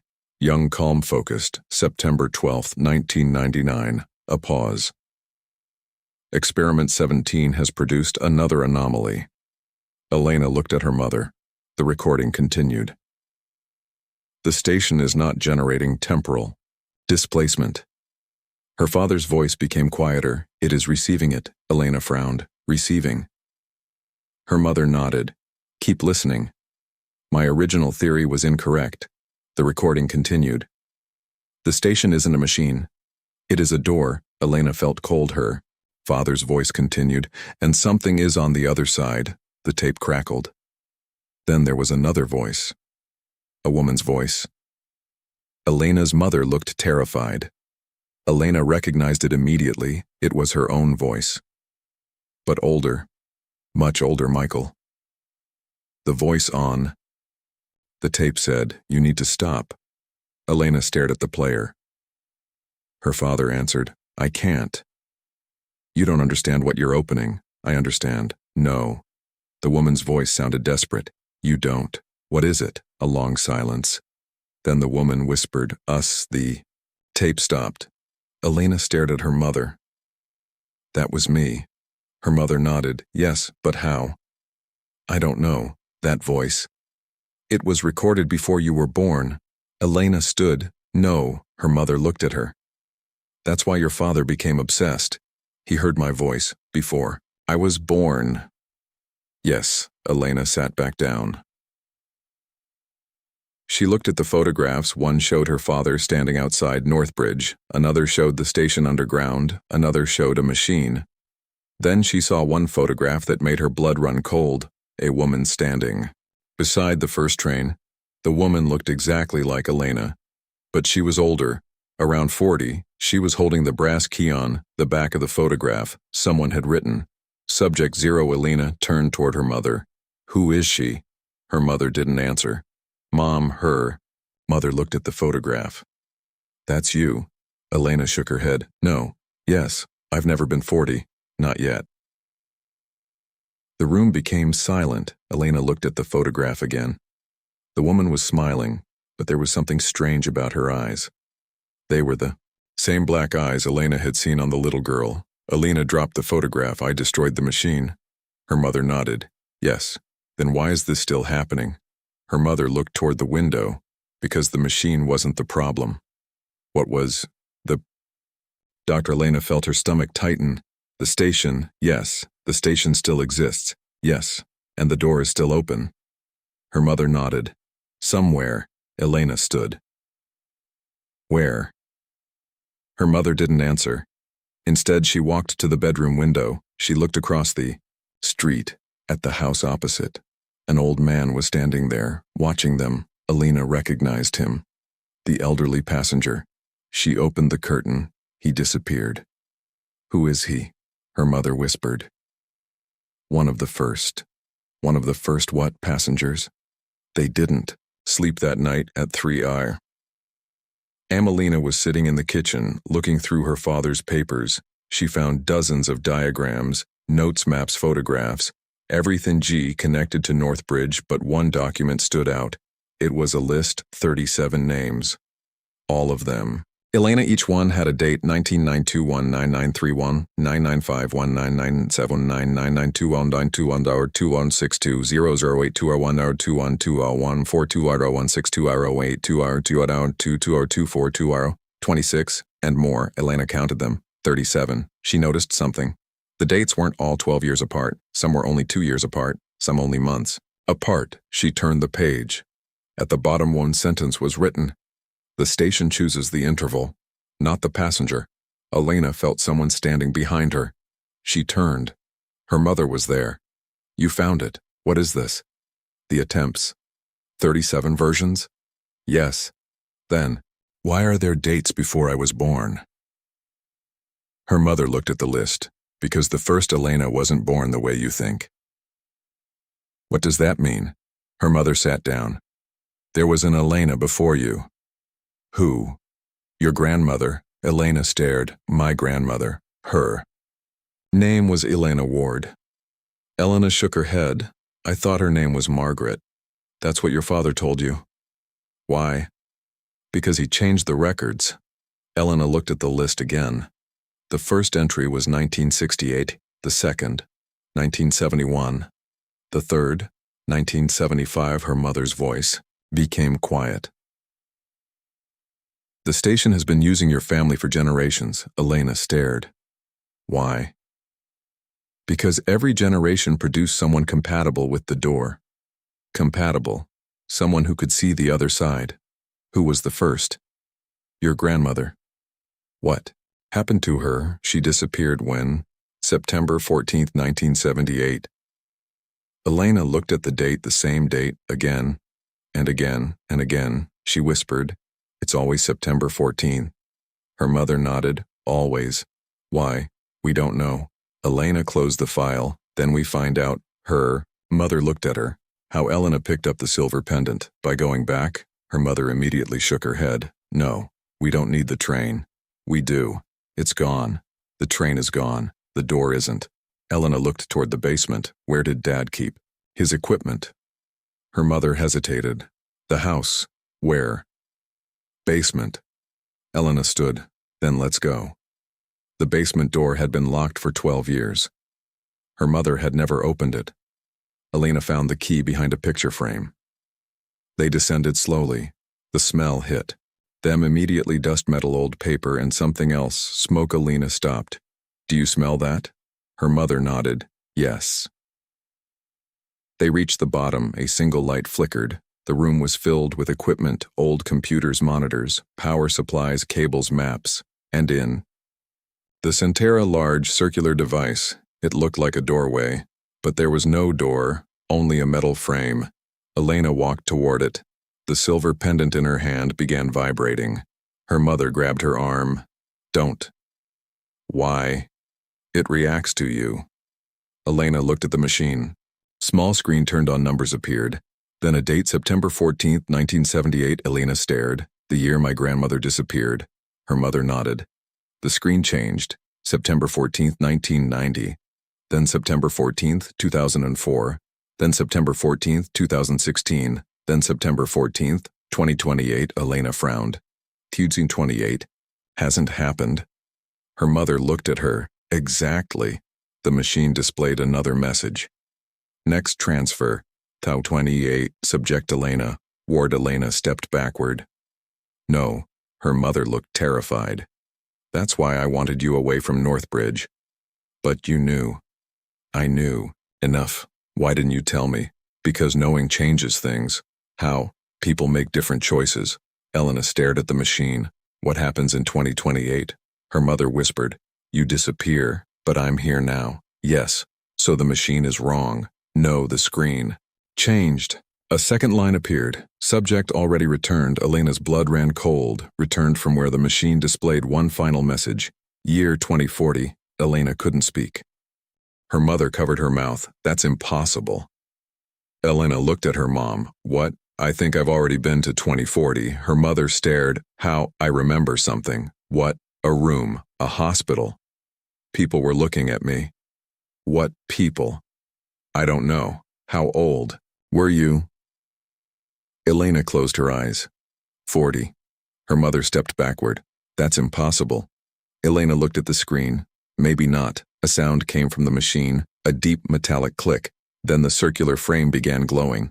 Her mother shouted, Turn it off. I can't. Elena, I can't. The machine activated. Light filled the basement. Elena heard voices. Hundreds, thousands all whispering. Then one voice became clear, her own older, calm, terrified. Do not trust Daniel. Elena froze.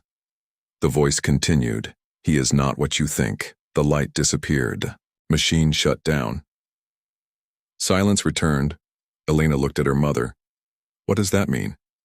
Her mother didn't answer because someone was standing at the top of the basement stairs. Daniel. Elena stared. How did you get here? Daniel looked at her. I followed you. Why? I need to warn you. About what? He looked at the machine. It activated. We know. No. He shook his head. You don't understand. What? It wasn't supposed to activate until 2028. Elena looked at the screen. Then why did it? Daniel stared at her because someone changed the timeline. Who? He looked toward Elena's mother. She immediately shook her head. No. Daniel stepped down the stairs. Your mother knows. Elena turned mom. Her mother said nothing. Daniel looked at Elena. The fire didn't end the cycle. You said, it did. I was wrong. You knew. I suspected. What is happening? Daniel walked toward the machine. The station has lost its anchor. What anchor? You, Elena stared me. You were the anchor holding the timelines together. What happens if I'm not? The timelines merge, and then everyone who ever existed will exist at once. Elena looked at her mother. That's what the voices were. Her mother nodded. The passengers. Daniel shook his head. No. Elena turned. What? They aren't passengers. Then what are they? Daniel looked directly at her. They are timelines. Elena felt cold. People aren't trapped down there. Entire realities are. The people we saw are fragments, memories given form. Then my mother was a fragment. Elena looked at her mother. Her mother smiled sadly. No. Daniel looked at Elena. Your mother is the exception. Why? Because she crossed back. When? 2004. Elena remembered the fire, the train, her mother's face. She came back. Daniel nodded, but something came with her. Elena stared. What? Daniel's eyes moved toward the machine. Another Elena. The basement went silent.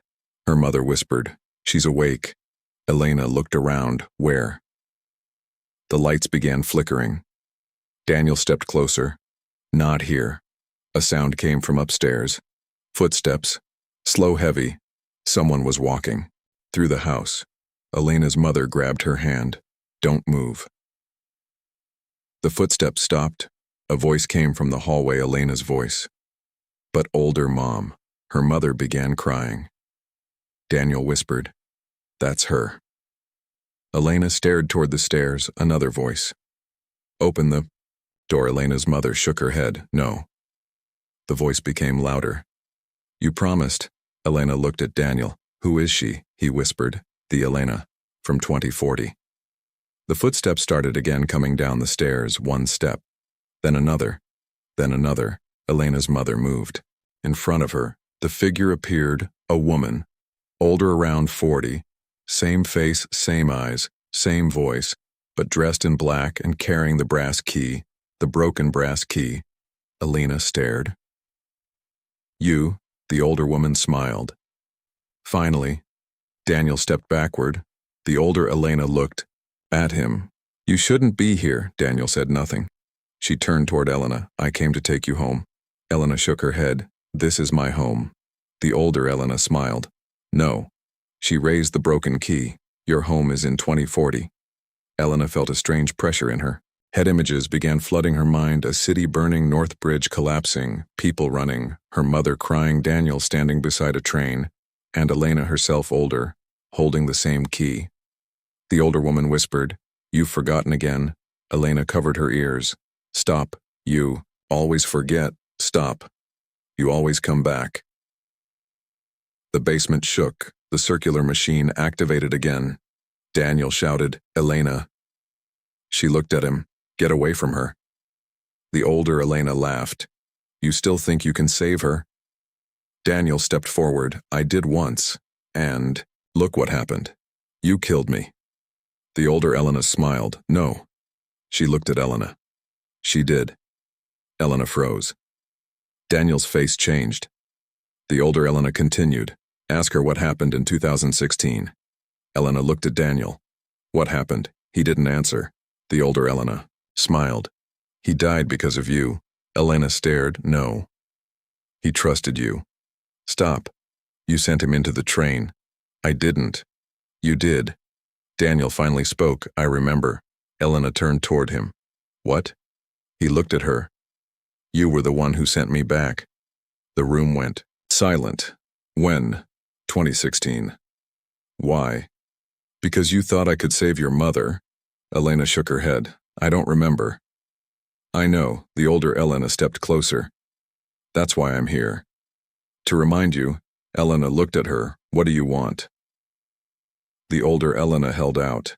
The key. I want you to finish what you started. What did I start? Everything.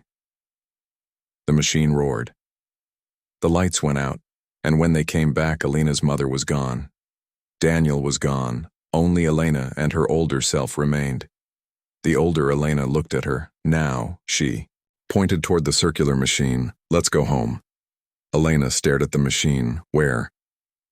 The older Elena smiled, 2040, and behind them, the door to the basement slowly closed, while somewhere beneath Northbridge, the first train began moving again. The machine began to hum. Elena stood completely still across from her. The older version of herself waited. She looked exhausted, not physically. Something deeper, like she had spent years carrying a secret that had become too heavy to hide. Elena looked toward the basement stairs. Her mother was gone. Daniel was gone. The house above them was silent. Where did they go? The older Elena didn't answer. Where is my mother? She's where she needs to be. That's not an answer. It is the only answer that matters. Elena stepped away from the machine. I'm not going anywhere with you. The older Elena smiled. You said that before. When, every time Elena stared at her, you keep saying I've done this before. You have. How many times? 37. Then why don't I? Remember. Because every time you return. The older Elena touched her temple. Something is taken from you. What? The memory of the journey. Who takes it? You. Elena shook her head. I wouldn't do that. The older Elena looked at her sadly. You always do. Why? Because remembering would break you. The machine hummed louder. A date appeared on the screen. September 14, 2040. Elena looked at it. What happens there? You find out why the station exists. And then, you decide whether humanity continues. Elena stared at her. What does that mean? The older Elena stepped toward the machine. You think this is about saving your mother.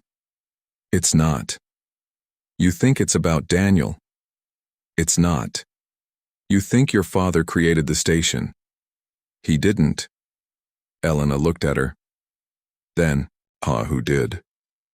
The older Elena smiled. We did. Elena's heart stopped. What? Not you. Not me. Us. The machine activated. Light filled the basement. Elena felt the floor disappear. The older woman grabbed her hand. Don't fight it. I don't trust you. You shouldn't. The world vanished. Elena opened her eyes. She was standing in a city she didn't recognize for a moment. She thought she had arrived in another country. Then she looked at the skyline. She recognized the buildings, but they were different, taller, brighter, covered. In enormous digital screens, flying vehicles moved silently between towers. The roads were almost empty. Most transportation happened underground. Drones moved through the sky. Artificial sunlight illuminated some streets, and above everything, a huge circular structure floated over the center of the city. Elena stared. What year? The older Elena stood beside her. 2040. Elena looked around. This is Karachi. The older Elena nodded. Yes. Elena couldn't believe it. The city looked familiar and completely alien at the same time. Where are we? Outside Northbridge. Elena looked around. There is no station. Not anymore. What happened? The station became the city. Elena looked at her. What? The older Elena pointed toward the floating structure. That's the station. Now, Elena stared. The massive structure was shaped like a ring. At its center, there was nothing, just darkness. What is that? The door. To where? Everywhere. Elena watched a flying vehicle disappear into the center of the ring. It didn't come out the other side, it simply vanished. Where did it go? 2041. Elena turned. What? That vehicle just crossed into the future. You mean time travel is normal? The older Elena shook her head. Not normal. Controlled. By who? Us. Elena felt uneasy. Who is us? The older. Elena pointed toward a building. At the top a symbol was displayed, the circle 3 lines. The same symbol from Northbridge, Elena whispered. The station. Northbridge Temporal Authority. Elena stared. What is that? The organization your father started. He started it after 2004. He survived. Yes, what happened to him? The older Elena looked away. He became the most powerful man in the world. Elena stopped walking. My father. Yes. How? He controlled the station, then he controlled time. Not exactly. What? Did he control? Access. Elena looked toward the ring in the sky. Access to the future. Access to the past. Access to every possible version of reality. Elena's voice became quiet, and people allowed this. They didn't know the truth. What's the truth? The older Elena stopped. Time travel was never invented. Elena frowned. It was discovered. No, it was remembered. Elena stared at her. Explain. Someone had already done it. Who? You. Elena shook her head. That's impossible. Your father didn't discover the station. He found evidence of you. Elena felt cold. Me, from 2040. He found your notes. What notes? The ones you haven't written yet. Elena looked at the tower. Why would I write them? Because you were trying to stop him. Did I fail? The older Elena didn't answer. Elena looked at her. Did I? Yes. Then why are you still trying? Because there is one final timeline, which is this one. Elena looked around. This is the final timeline. Yes. Why? Because there are no more branches. How? Your father destroyed them. Elena felt sick. Why? To create one perfect reality. And this is it. No. The older Elena looked at her. This is the prison. They entered the Northbridge Temporal Authority. The building was enormous. The lobby was completely silent. No reception. Desk. No security guards. Only a circular floor made of black glass. Elena stepped onto it. The floor lit up. A voice spoke. Welcome home. Elena froze. The voice was hers. Not the older Elena. Her own voice. But different. Older, calmer. The building recognized her. How? Does it know me? Because you built the system. Elena looked at the older woman. I built this. Yes. When? 2031. Why? To protect the timeline. From what? The older Elena looked upward. From us. They entered an elevator. There were no buttons. The doors closed. The elevator began moving. Down. Not up. Elena watched the floor numbers. 10, 20, 30, 40. The numbers continued. 100, 200, 300. Elena looked at the older Elena. How deep does this go? Below the city. How far? Far enough. The elevator finally stopped. The doors opened. Elena stepped out. She saw a massive underground complex, laboratories, archives, control rooms. Thousands of people working silently. Every wall was covered with clocks. Different dates, different years. One wall showed 1978, another 1004, another 2016, another 2028, another 2040, and another 2999. Elena stopped. How far into the future do you go? The older Elena answered. Usually. How far? 10,000 years. Elena stared. Why? Because we have to monitor every possible outcome. Possible outcome of what? Humanity. They entered a large Control room. At the center, a man stood facing a massive screen. Elena knew him immediately, her father, Michael Ward. But he was much older. His hair was white. His face was thinner. His eyes were exactly the same. He turned and smiled at Elena. She froze, Dad. He walked toward her. You're finally here. The older Elena stepped back. Michael looked at her.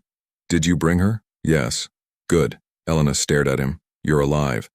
Technically, how old are you? 79. Elena looked at the older version of herself. How old am I? Michael smiled. 40. Elena felt dizzy. I'm 40. In this timeline.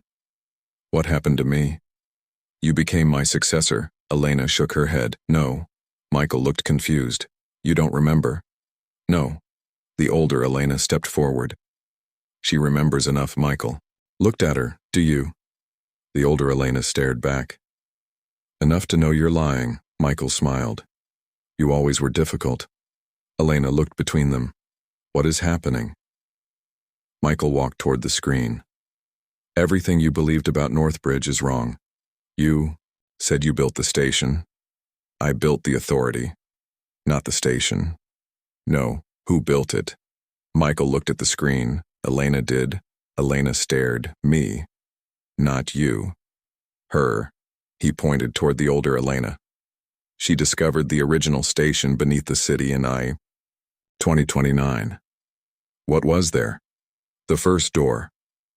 Where did it lead? Michael paused. To the beginning.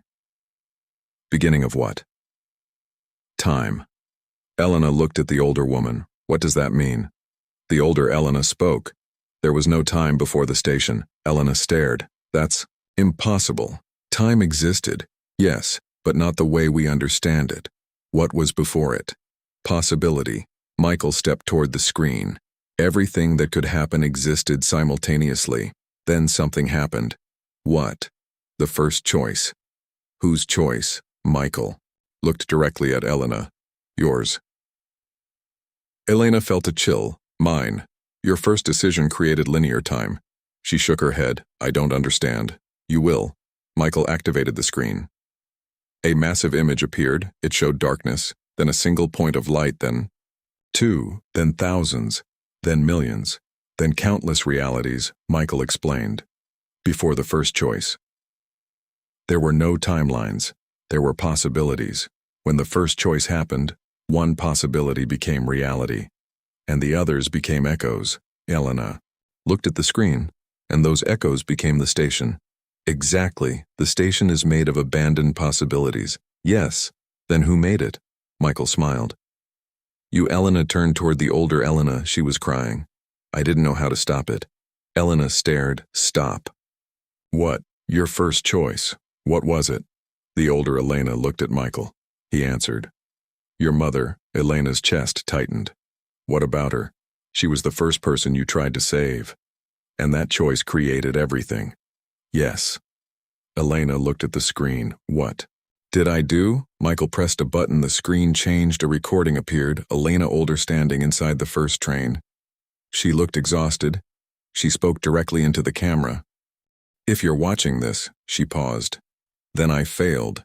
Elena stared at herself. The recording continued. Do not trust Michael. Michael looked away. Do not trust Daniel.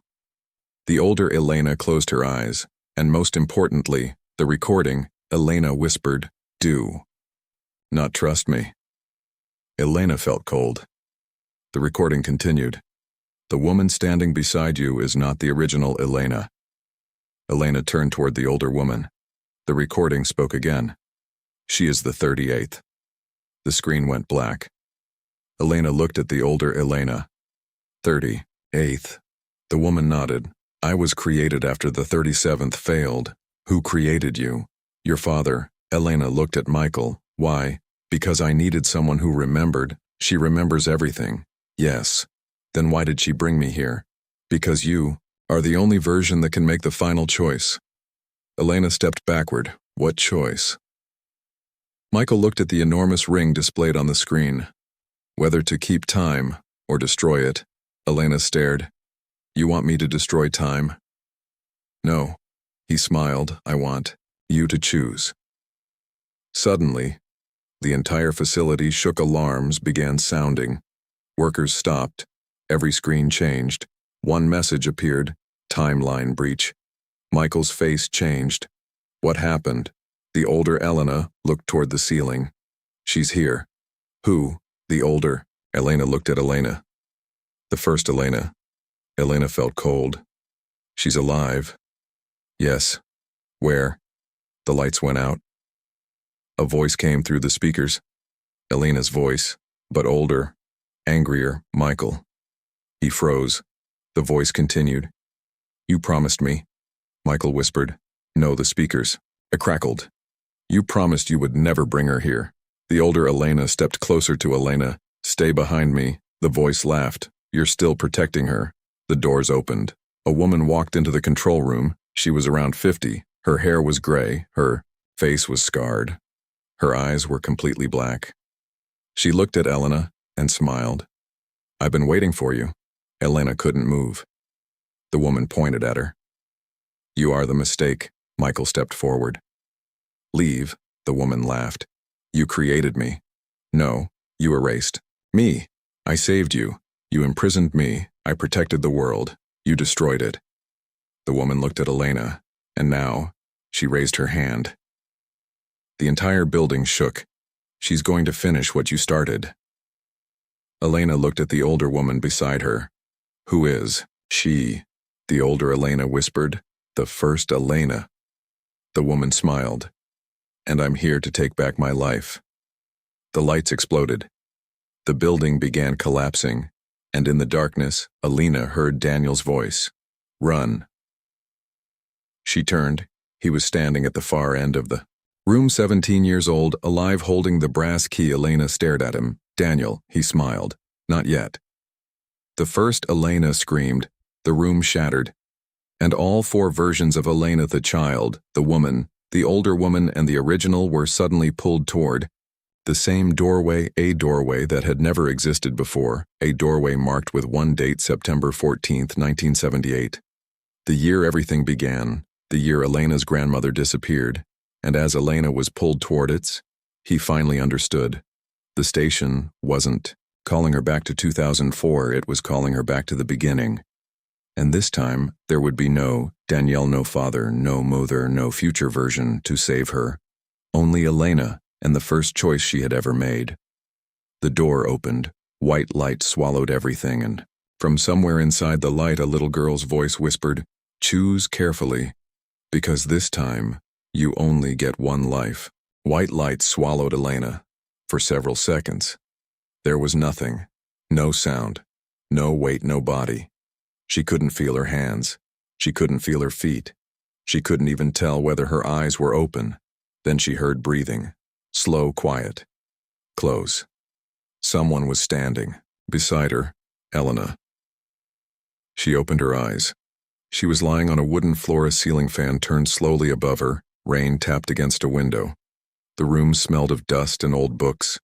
She sat up. Nothing looked familiar. A small desk stood against the wall. A black telephone rested beside it. There were photographs everywhere. She stood. Her legs felt weak. She walked toward the window outside. She saw a city she had never seen. No towers, no flying vehicles, no modern buildings. Only narrow street, sold houses, rickshaw scars. From decades ago, she looked at the calendar hanging beside the door. September 14, 1978. Elena stopped breathing. She had reached the beginning. Not 2004. Not 2016. Not 2040, 1978. The first year. The first disappearance. The first Elena. Door opened behind her. Elena turned. An elderly woman entered. She was carrying a tray. The woman looked at Elena and froze. The tray fell from her hands. A cup shattered on the floor. The woman whispered, "You're here." Elena stepped backward. "Who are you?" The woman began crying. "You don't. Remember what?" The woman covered her mouth. "You look exactly like her." "Who?" "My daughter." Elena's heart began racing. "What's her name?" The woman stared at her. "Elena." Elena felt cold. "Your daughter?" "Yes." What happened to her? The woman looked toward the hallway. She disappeared. When? 12 years ago, Elena looked at the calendar, 1978, 12 years before 1990, the woman continued, September 14th. Elena whispered. She was the first. The woman looked confused. The first, what? Elena didn't answer. A walk through the house, photographs covered the walls. There she was, a little girl, 5 years old, standing beside the woman. Another photograph, teenage girl. Another, a young woman. Another. The same woman standing beside a train. Elena touched the photograph. The woman's name was written underneath. Elena Ward. She looked exactly like Elena, but older. The same face, the same eyes, the same small scar beneath the chin. Elena touched her own chin. Still no scar. She looked at the woman. You're my grandmother. The woman stared at her. How do you know? Because I've seen your photographs. Where? Everywhere. The woman began trembling. You came back. Elena frowned. From where? The woman whispered. Northbridge. Elena felt the room become colder. What's at Northbridge? The woman didn't answer. Instead, she walked to a cabinet, opened it, and removed a small wooden box. She placed it on the table. This belonged to my daughter. Elena opened it. Inside a brass key, a silver pendant, and a folded piece of paper. Elena unfolded it. There was one sentence: if I disappear, do not let Michael find the door. Elena stared at the name, Michael, her father's name, but he hadn't even been born yet. She looked at her grandmother. Who is Michael? The woman stared at her. My daughter met him 2 years ago. Elena's blood ran cold. Impossible. He came to the house. When? 1976. He was a young man. He said he was studying engineering. Elena couldn't breathe. That's my father. The woman nodded. But your father wasn't born until 1961. Elena froze. Then how? The woman shook her head. I don't know. Elena looked toward the window. A black car was parked across the street. Someone sat inside, watching the house. The grandmother noticed. He's here. Who? Michael. Elena looked back at her. My father. Yes. How old is he? The woman whispered. 17. Elena felt the world tilt. The doorbell rang once, twice. 3 times. The grandmother moved toward the kitchen. Stay here. Elena followed. Where are you going? To hide you. Why? Because if he sees you, what? He will know. Know what? The woman looked at Elena. That. You survived. Elena's voice became quiet. Survived what? The woman didn't answer. The front door opened. A young man stepped inside. Michael, 17 years old, dark hair, thin face, the same eyes, the same voice. But young. He looked around. Mrs. Ward. The grandmother stood between him and Elena. What do you want? I'm looking for Elena. She's not here. Michael smiled.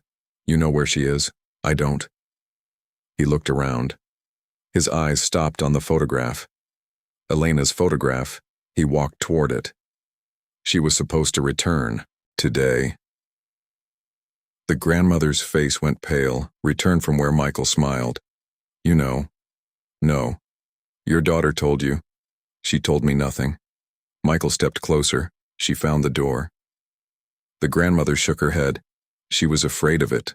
She was curious. She knew it was dangerous. She didn't understand. Neither do you. Michael's smile disappeared. I understand more than you think. Elena was hiding behind the hallway wall. She watched him. This was her father. Before everything. Before the experiments. Before Northbridge, before the fire. He was just a teenager, but he already knew about the station. Michael turned. His eyes moved toward Elena's hiding place. Elena held her breath. He looked directly at her. For a moment. Neither moved. Then Michael whispered. Elena, she stepped out, the grandmother gasped. Michael stared at her. He looked confused. You're not her. Elena said nothing. He stepped closer. Who are you? Elena looked at him. I'm your daughter. Michael laughed. No. Yes. You can't be, I know. You're older than me. No. That's impossible. Elena looked at the photograph. Not here. Michael stared at her. Then his expression changed.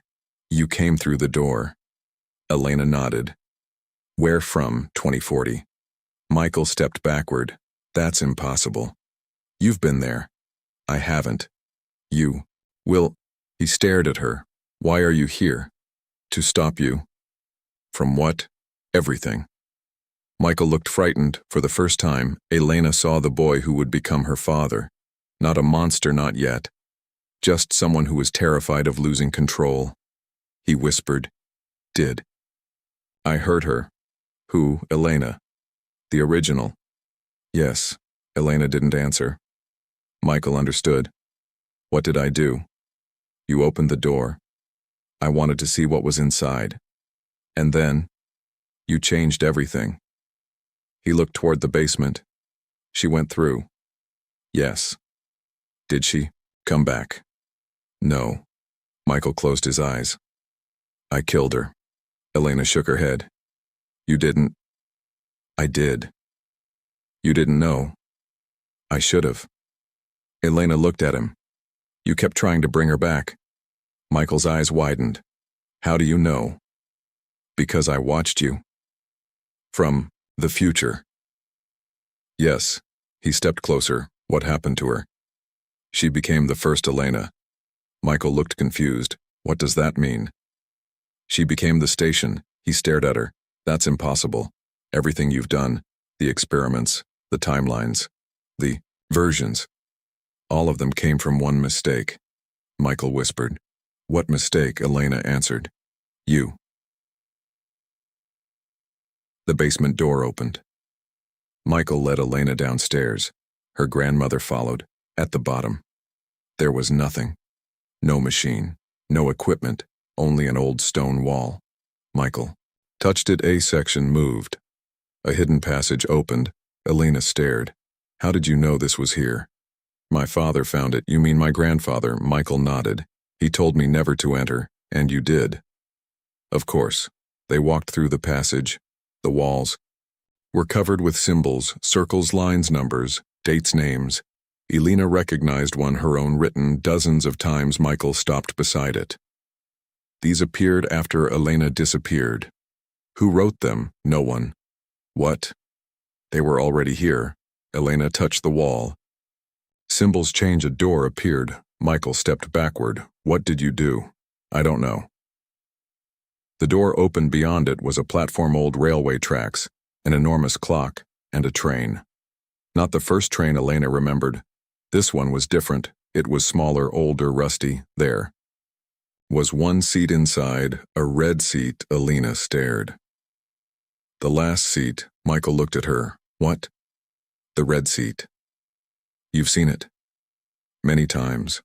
Michael stepped toward the train. Where does it go? Elena answered, everywhere. Michael looked at her. Then I can bring her back. Elena shook her head. No. Why? Because you don't understand. Teach me. You can't bring someone back. Then what can I do? You can create another version. Michael stared. Another Elena? Yes. Then she survives. No. Why not? Because the original is still there. Michael looked toward the train. What happens to her? She waits. For what? For you. Michael's expression broke. He walked toward the train. Elena followed. The doors opened. Inside, there were hundreds of photographs. Every photograph showed Elena. Different ages. Different lives. Different endings. Michael picked one up. A 5-year-old Elena.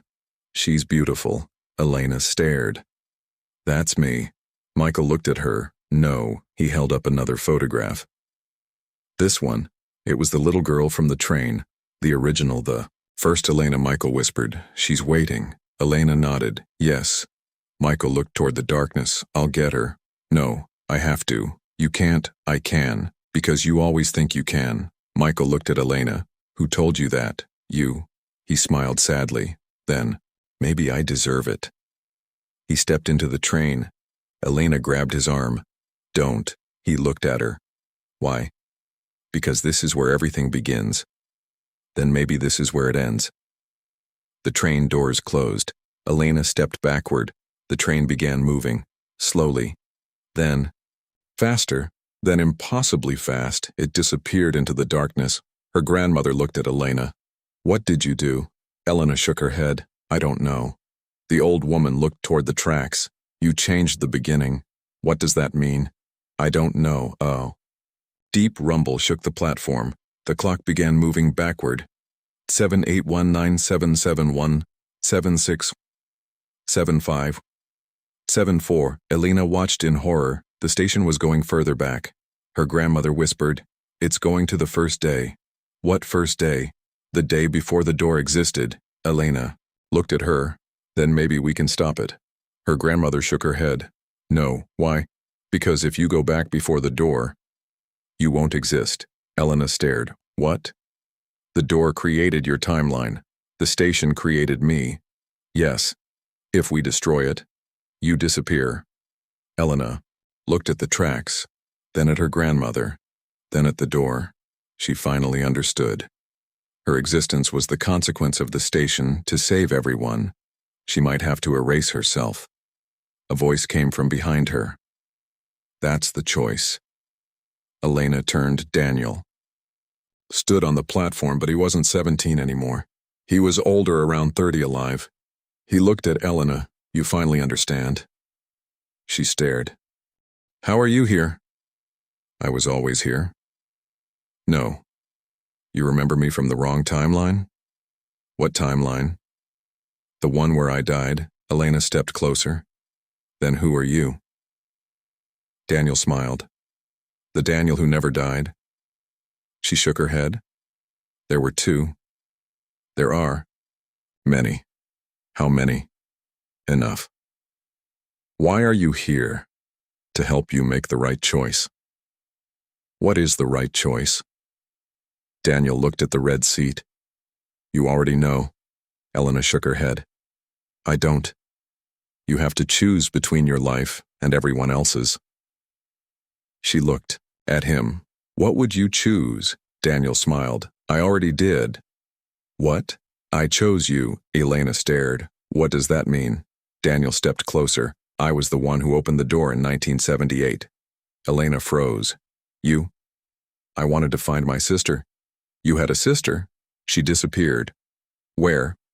Northbridge. Elena whispered. The first passenger. Daniel nodded. She was the first. Elena stared at him. Then why do I know you? Because every version of Daniel remembers you. Why? Because you were the one who saved me. Every time, every timeline, every version, every life. You saved me. Elena looked toward the train. Then why does the station keep bringing us back? Because it thinks you haven't finished. Finished what? Saving yourself. Elena shook her head. I don't want to save myself. Daniel looked at her. Then, what do you want? Elena looked toward the darkness. I want it to stop. Daniel nodded. Then we go to the beginning. The train returned. The doors opened. The red seat was empty. Elena stepped inside. Daniel followed. Her grandmother stayed behind. Where are you? Going. Elena looked back to the first moment. The doors closed. The train moved. The clock above the platform began spinning. 741973197219719970.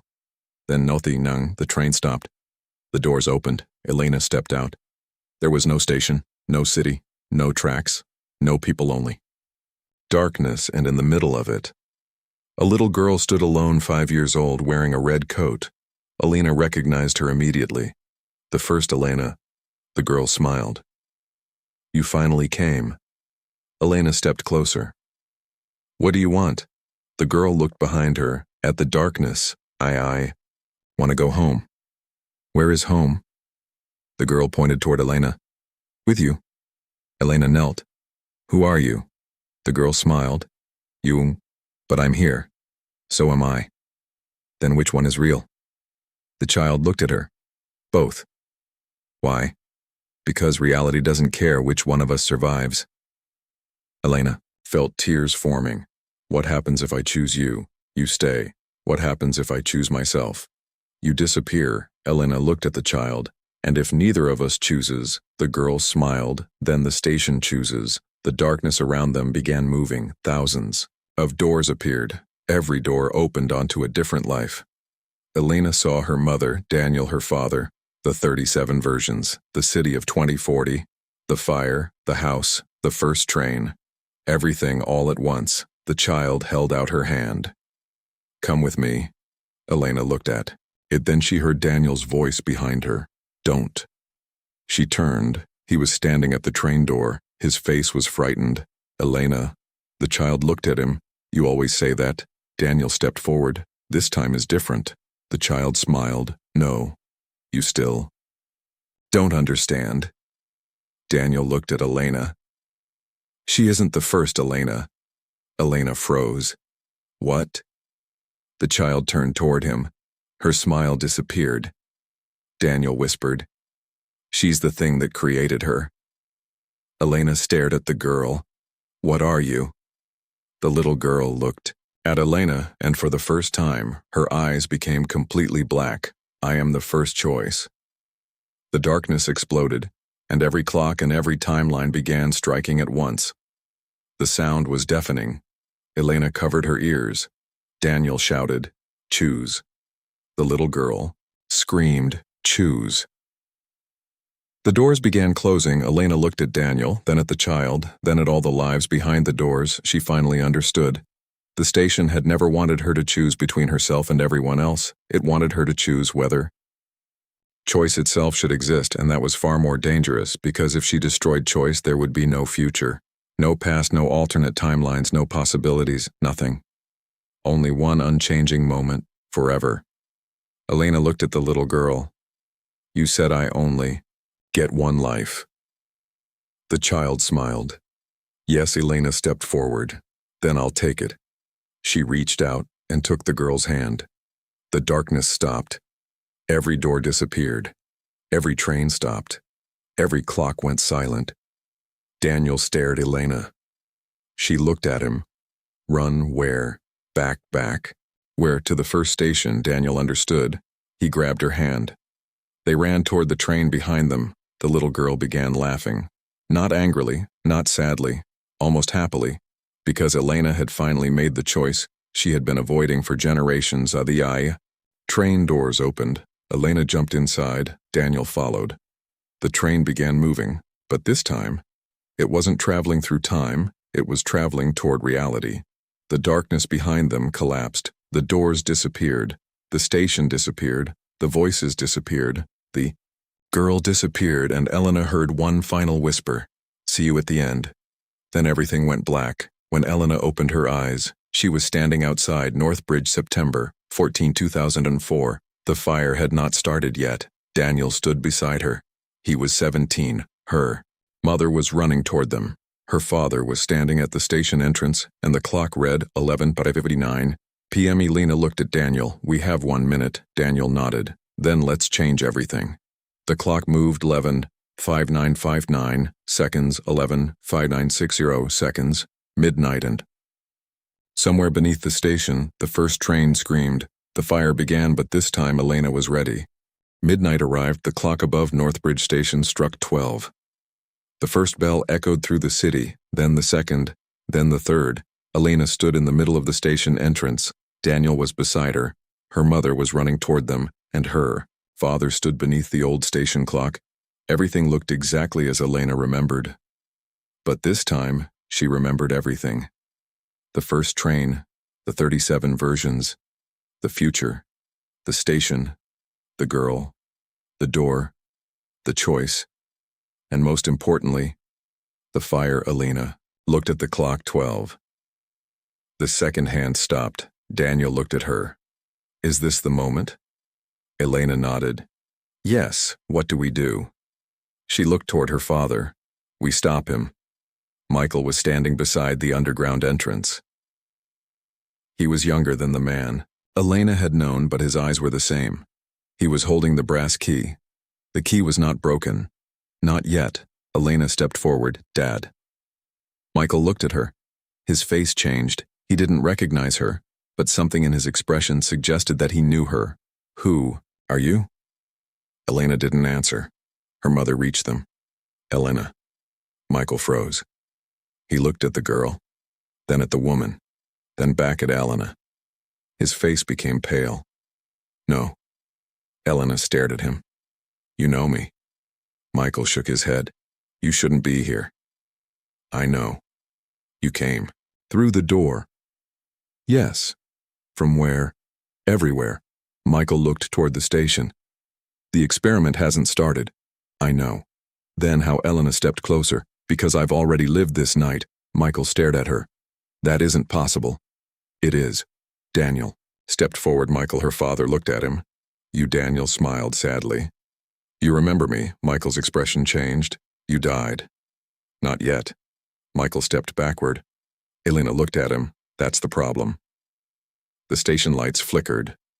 A low vibration moved through the floor. Michael looked toward the underground stairs. It's starting. Elena shook her head. No. What? You don't control it. Michael stared. I built it. You built the machine. Yes. The station was here before you. He said nothing. Elena continued. You think you discovered time? You didn't. You found the door, and then you spent your entire life trying to make it obey you. Michael looked at her. Who told you this? You did. I never. You will. He stared at her. Elena reached into her pocket. She pulled out the silver pendant. Michael immediately recognized it. Where did you get that, Mom? His face softened. She's alive. Elena nodded. Right now. Michael looked toward her mother. His eyes filled with tears. I thought. I know. I thought. I lost her. You did. He looked at Elena. Then your daughter.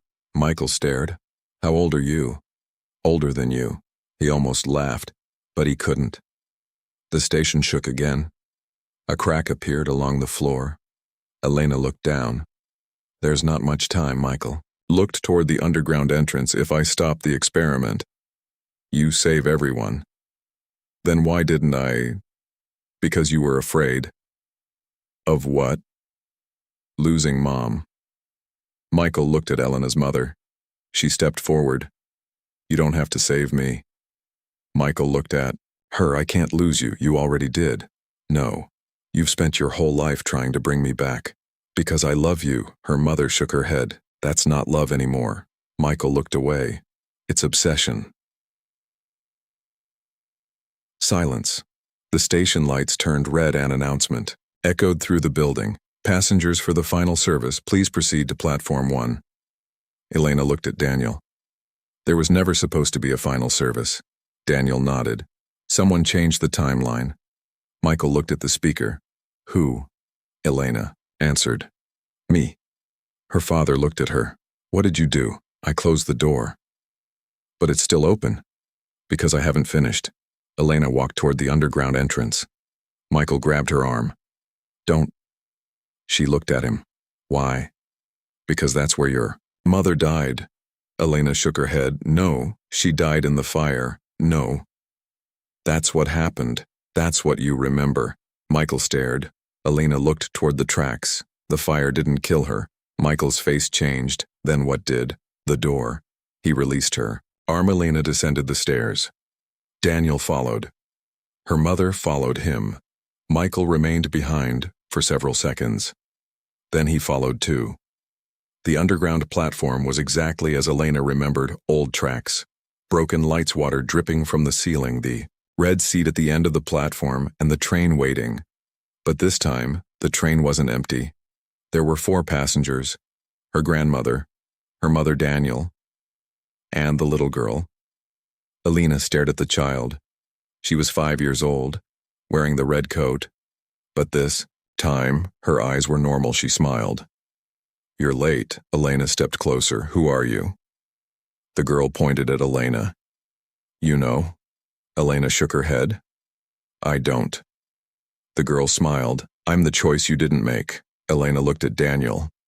What does that mean? Daniel answered. She's the timeline where you stayed. Elena looked at the child. And what happens to her? She disappears. When you make the final choice. Elena stepped closer. The little girl reached for her hand. Elena took it. A memory entered her mind. She was 5 standing. In the train. Her mother was crying. Her father was shouting. Daniel was holding her hand. The little girl was standing beside her. Elena remembered what happened next. She had been given 2 choices. Stay or leave, but there had been another choice. One nobody had shown her take both. She looked at the child. That's what I did. The girl nodded. But it didn't work. Because you tried to split yourself. Elena remembered. She had entered the machine. She had tried to carry both timelines. Instead, she created more 37 versions. 37 realities. 37 attempts. Daniel looked at her. You were trying to save everyone. I thought I was. You were trying to save yourself. Elena shook her head. No. The little girl smiled. Both can be true. The train began, moving, but it wasn't leaving the platform. The tracks were moving beneath it. The entire station was changing. Walls disappeared. Platforms folded. The ceiling opened, and beyond it Elena saw thousands of timelines, each one showing a different version of the same night. In one, the fire never started. In another, her mother died. In another, Michael disappeared. In another, Daniel never existed. In another, Elena was never born. In another, the station ruled the world. In another, the world had ended. Elena watched them all. Then, she understood.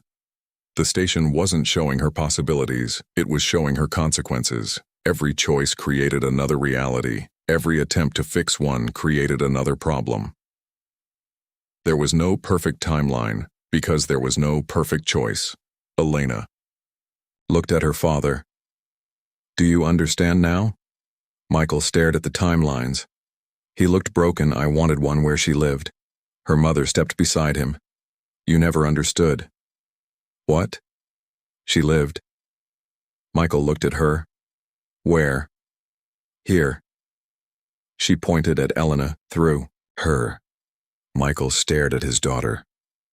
Elena felt tears forming. You didn't lose her. You carried her forward. Michael shook his head. No. Her mother smiled. Yes. She touched Elena's cheek. Every version of me survived inside you. Elena closed her eyes. Memories flooded through her. Her mother teaching her to read. Her mother singing. Her mother cooking. Her mother holding her during thunderstorms. Her mother waiting outside school. Her mother crying. Her mother laughing. All of it. Every memory. Every moment. Every version. Elena opened her eyes, I remember. Her mother smiled. Good. Michael looked at the train. Then the door isn't needed. No, but the station must close. Michael looked at Elena, how she looked at the red seat. Someone has to stay. Silence. Daniel immediately shook his head. No. Elena looked at him. It's the only way. You said you weren't choosing one. I'm not. Then what are you doing, choosing the end? Michael stepped forward. I'll stay. Elena shook her head. No. I'm the reason this exists, Dad. I opened the door. I know, I caused the fire. I know. Then let me finish it. Elena looked at him. You've spent your entire life trying to control the door. This time, you let go. Michael's eyes filled with tears. What happens to me? You go home. Where? With Mom. He looked at her. Will I remember? Elena shook her head. Maybe not. Michael smiled. Then that's okay. He turned toward her mother. She took his hand for the first time. They looked like a normal couple. Not scientists, not travelers, not ghosts. Just 2 people who had loved each other. Her mother whispered. Come home. Michael nodded. They stepped toward the train. The doors opened. Michael looked back at Elena. You were always my daughter. Elena smiled. I know. The doors closed. The train disappeared. Elena watched until the last light vanished. Then she looked at Daniel. Your turn.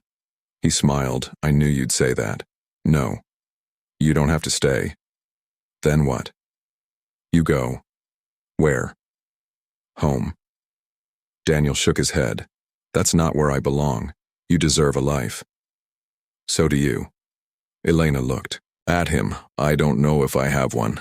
You do. How? Because you're still here. The station began collapsing. The walls shook. The tracks broke. The little girl in the red coat began disappearing. Elena grabbed her. Wait. The child smiled. It's okay. No. You don't need me. I need you. You already have me. The child touched Elena's chest. Right here. The child disappeared. Elena fell to her knees. Daniel pulled her up. We have to go. Where up? They ran. The station collapsed behind them. Fire spread through the tunnels. But this time, the fire wasn't burning the city. It was burning the timelines. Every alternate reality began disappearing, one after another. The 37 versions. The abandoned futures. The impossible pasts. The dead worlds, all fading.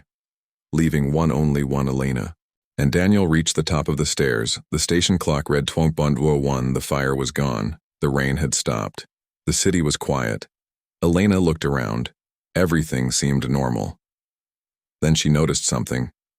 Daniel was still there. He looked at his hands, solid alive. He smiled. It worked. Elena stared. You stayed. Apparently. How? He looked at the station. I think this timeline finally accepted me. Elena smiled. Then what now? Daniel looked at the city. Now we live. That's it. That's enough. Elena laughed. For the first time in years, she felt free. Then the station clock moved. 12:02 Normal minute. 12:03. Another. 12:04. Another. Elena looked at Daniel. It's over. Daniel nodded, but neither noticed the small figure standing across the street. A little girl wearing a red coat watching. At them she smiled, then turned, and walked away. 3 days passed. Nothing happened. Elena stayed with her mother. Daniel found a small apartment near the city. Michael was gone. The station was officially closed. Authorities reported an electrical fire. No one remembered the underground platform. No one remembered the trains. No one remembered the passengers. Only Elena, Daniel, and her mother. At least, that's what Elena believed. On the fourth night, Elena woke at exactly 12. She sat up. Her bedroom was dark. The clock beside her. Bed was frozen to where she stared at it. No, she waited. Nothing. Then the clock moved.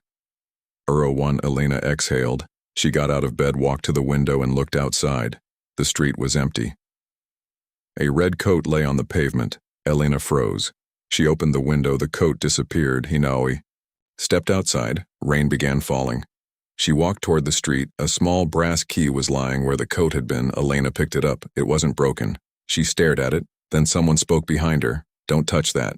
Elena turned. Daniel stood in the street. He looked frightened. What? The key. Why? It shouldn't exist. Elena looked down. Where did it come from? Daniel shook his head. I don't know. A train whistle sounded. Elena's blood ran cold. There are no trains here. Daniel looked toward the old railway line. The tracks had been removed years ago, but now 2 rails were appearing in the middle of the street. Slowly, one piece at a time, Daniel whispered, No. Elena looked at him. What? He pointed behind her. A station sign had appeared. North Bridge. Elena stared. That's impossible, Daniel. Grabbed her hand. Run. They ran.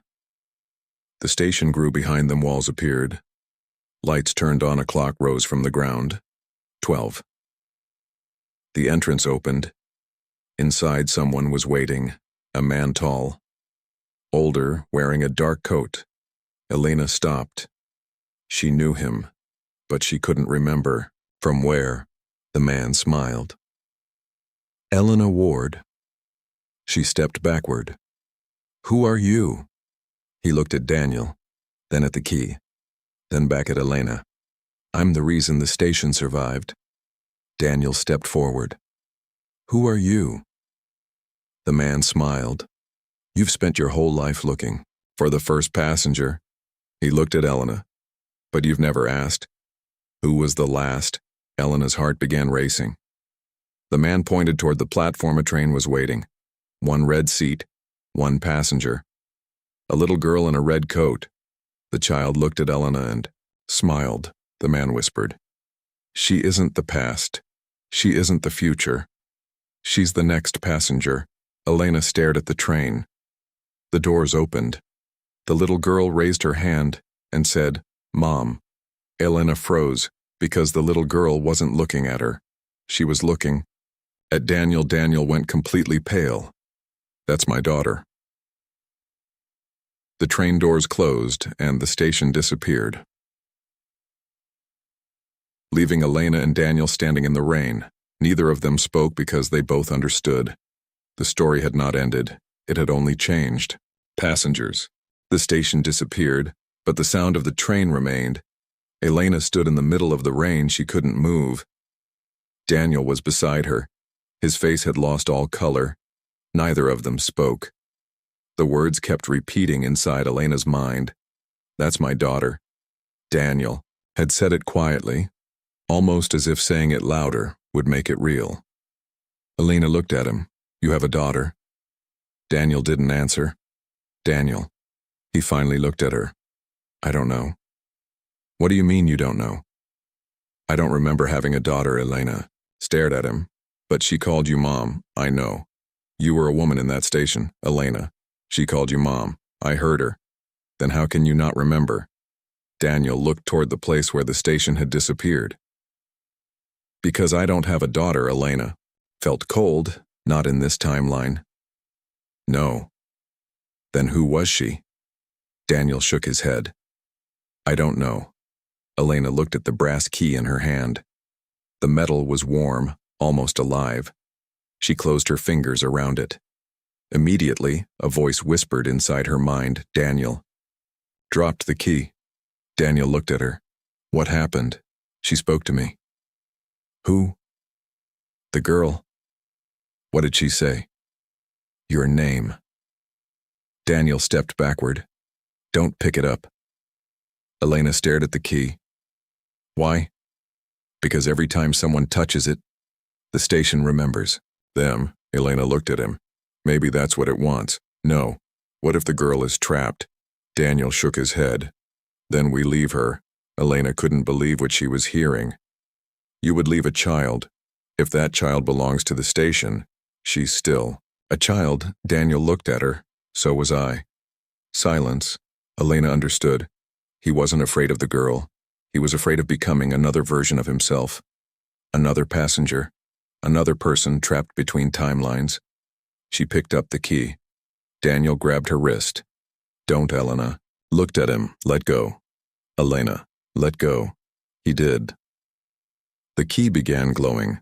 The rain stopped. Every streetlight went dark. Then the old station appeared again, not completely.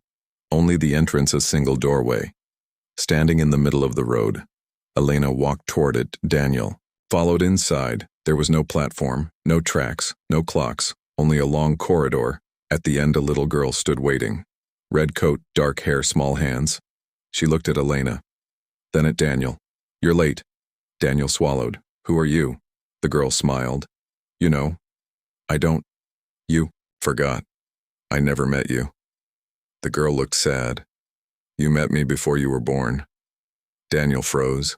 Elena stared at the child. What does that mean? The girl pointed toward Daniel. He promised. Promised what? To come back. Daniel shook his head. I never promised. You anything? The girl smiled. You did. When? Before the first fire, Elena looked at Daniel. Daniel. He looked confused. I don't remember. The girl stepped closer. You were the one who opened the door. Daniel shook his head. No, you wanted to find your sister. I don't have a sister. The girl's expression changed. You did. Daniel's eyes widened. My sister. The girl nodded. Her name was Elena. Elena stopped breathing. The corridor seemed to become colder. Daniel looked at Elena. My sister was named Elena. Elena whispered. How old was she? 5. When did she disappear? September 14th. Daniel closed his eyes. 78. The same year. The same date. The same station. The same beginning. The girl smiled. Now you remember. Daniel staggered backward. Images flooded his mind. A little. Girl, his little sister. A train. Their mother crying. Their father shouting. Daniel holding Elena's hand. Then the door. The light. The disappearance. Daniel opened his eyes. Tears were running down his face. I left her. The little girl nodded. You promised you'd come. Back. I was a child. You still promised. Daniel looked at Elena. You're her. Elena shook her head. No, the girl answered. She's not. Elena stared. Then who am I? The girl smiled. You're the one who came after. Daniel looked at the child. Then where is my sister? The girl pointed behind Elena. Elena turned. A door had appeared. She opened it. Inside was a small bedroom. A little girl was sleeping, 5 years old. Daniel stepped inside. He stopped. The little girl opened her eyes. She looked at him. Daniel. He fell to his knees. Elena. She smiled. I knew you'd come back. Daniel began crying. He reached for her, but his hands passed through her. She was transparent, a memory, a fragment, not alive. Daniel whispered, I'm sorry. The little girl smiled. You came back. I was too late. No, she shook her head. You came exactly when you were supposed to. The room began fading. Daniel reached for her. Wait, she smiled. I waited for you.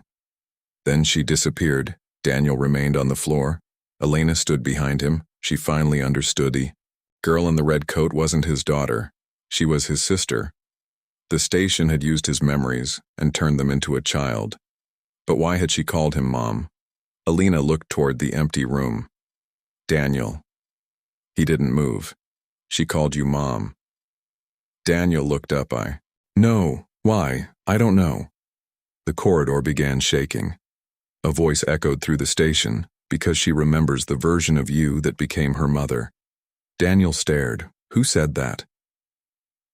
A woman stepped from the darkness. Elena recognized her immediately. First Elena, the older woman from 2040, but she looked different now, younger, calmer, almost human. She walked toward them.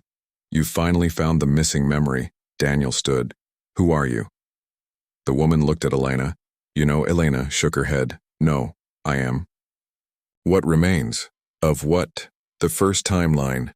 Daniel stepped closer. You took my sister. No. You trapped her. No. Then who did? The woman looked at Elena. She did. Elena froze. Me. The woman nodded. Every time you tried to save someone, you pulled them into the station. Your sister. Your mother. Daniel. Your father. All of them. Elena shook her head. No. You didn't mean to. But intention doesn't change consequence. Daniel looked at Elena. Did you know? No. The woman smiled. That's the problem. You keep forgetting. She raised her hand. The corridor transformed. Elena saw dozens of scenes, her mother disappearing, her father entering the train, Daniel dying, the little girl waiting, the city burning, the station collapsing, and another scene. One Elena had never seen, a hospital. A baby Daniel, standing beside a woman, a newborn child in his arms. Elena stared. Who is that? The woman answered. You. Elena felt cold. I'm the baby. No? Then, you are the mother. Elena stared. Daniel looked at her. Neither understood. The woman continued. In one timeline, you and Daniel lived. You had a daughter. Elena's heart stopped. The girl. Yes, but she was called Elena, because Daniel named her after you. Elena looked at Daniel. He couldn't speak. The woman smiled. That's why she called him Mom. He was her father. But the timeline changed him. Into her mother, Elena whispered. How? Because the station doesn't preserve people. It preserves possibilities. Daniel stared at the woman. Then the child isn't real. The woman shook her head. She is real, but not here. Where is she? In the only timeline where you both survived. Elena looked at Daniel. Can we go there? The woman smiled. Yes. How? You have to open the door. Daniel looked toward Elena. Don't, Elena frowned. Why? Because every time we open it, something follows us back. The woman nodded. He's right. Who? She looked behind them. The man who has been waiting. Elena turned. A figure stood at the far end of the corridor. Michael, but not the Michael they knew. This one was much older. His face was scarred. His eyes were black. He held the brass key. He smiled. You found the child? Elena stepped backward. Dad? Michael smiled. I've been waiting for you. Daniel stepped in front of Elena. What do you want? Michael looked at him. Your sister. Why? Because she is the key. To what? The final door. Elena stared. What final door? Michael raised the key. The door that leads to the first moment. You already went there. No, I went to 1978. That wasn't the beginning. Elena felt cold. Then what is? Michael smiled. The moment before time. The station shook. Every clock began moving backward. Daniel looked terrified. We have to go. Where? Anywhere. Michael laughed. There is nowhere left. The walls began disappearing. The corridor became darkness. Elena grabbed Daniel's hand. The woman shouted, Don't let him take the key. Michael raised it. The key glowed. A massive door appeared behind him. The door was black. No number, no date, no symbol, just darkness. Michael stepped through. The door began closing. Elena ran. Daniel followed. They reached it just before it shut and jumped through. There was no sound, no light, no darkness, no time. Elena couldn't tell whether she was standing or falling. Daniel's hand was still in hers. Thena heartbeat. 1, 2, 3. A tiny light appeared. They were standing inside an enormous empty space. Nothing existed. No stars, no planets, no ground, no sky, only endless white. Elena looked at Daniel. Where are we? He whispered. Before what? Everything, a voice answered. Before choice. Elena turned. The little girl in the red coat was standing there. But now she was older, around 18. She looked exactly like Elena, except she had Daniel's eyes. Elena stared. Who are you? The girl smiled. I am the life you never lived. Daniel stepped forward. My daughter. The girl looked at him. Yes, he started crying. She walked toward him. I waited a long time. I'm sorry. You always are. He touched her face. This time, he could feel her warm, real alive. Elena watched them. Can she come back? The girl looked at her. No, why? Because this timeline doesn't exist anymore. Elena looked around. Then why are we here? Because someone brought you. She looked behind Elena. Michael stood there. He was holding the key. I did, Elena. Stared. Why? Michael looked at the girl. Because she is the only person who can unlock the door. Daniel shook his head. No. Michael smiled. She was born outside time. What? Her mother traveled before she was born. Her father traveled before she was born. The child inherited both. She is the bridge. Elena looked at the girl. Between what? Between possibilities. The girl stepped toward the center of the white space. There is one choice left, Elena asked. What? The girl looked at her. Create the world. Daniel stared. What does that mean? The world you're standing in doesn't exist yet. Elena looked around. What? This is the beginning. Then what happened to everything? Nothing. Everything is still possible. Michael stepped forward. That's why I brought you. Here, Elena looked at him. You want to create the perfect timeline? No. I want you to create one where your mother lives, and Daniel's sister, and everyone else. Elena shook her head. That isn't possible. The girl smiled. Everything is possible here, but every choice has a consequence. Yes. Then what happens? The girl looked at Elena. You choose what becomes real. Elena looked at Daniel. What would you choose? Daniel looked at his daughter, her. The girl smiled. Elena looked at Michael. What would you choose? My wife. Elena looked at the empty white space. Then she closed her eyes. She saw her mother, her father, Daniel his sister. The little girl, every version, every life, every mistake, every joy. And finally she understood the real purpose of the station. It had never been a machine for traveling through time. It had been a place where choices became reality. Every person who entered made a choice, and the universe created a world around it. Elena opened her eyes. I choose none of them. Michael stared. What? I don't want to choose which people deserve to exist. The girl smiled. Then what do you choose? Elena looked at Daniel. I choose a world where everyone gets a choice. The white space began changing. Daniel's daughter disappeared, then reappeared. Her mother appeared. Her father appeared. Daniel's sister appeared. The station appeared. The city appeared. Millions of possibilities appeared. Michael screamed. No. The world was becoming too large. Too many possibilities. Too many realities. The girl shouted, Stop. Elena shook her head. No, I choose freedom. The white space exploded. Every possibility became light. Michael disappeared. The girl disappeared. Daniel grabbed Elena. The world shattered, and for 1 second, Elena saw everything. Every universe, every life, every person, every choice. Then one world remained, a world without Northbridge, a world without the station, a world without the door. A world where time moved only forward. Elena opened her eyes. She was standing on a beach. The sun was rising. Daniel was beside her. He was holding a baby, a little girl. Elena looked at him. Who is she? Daniel smiled.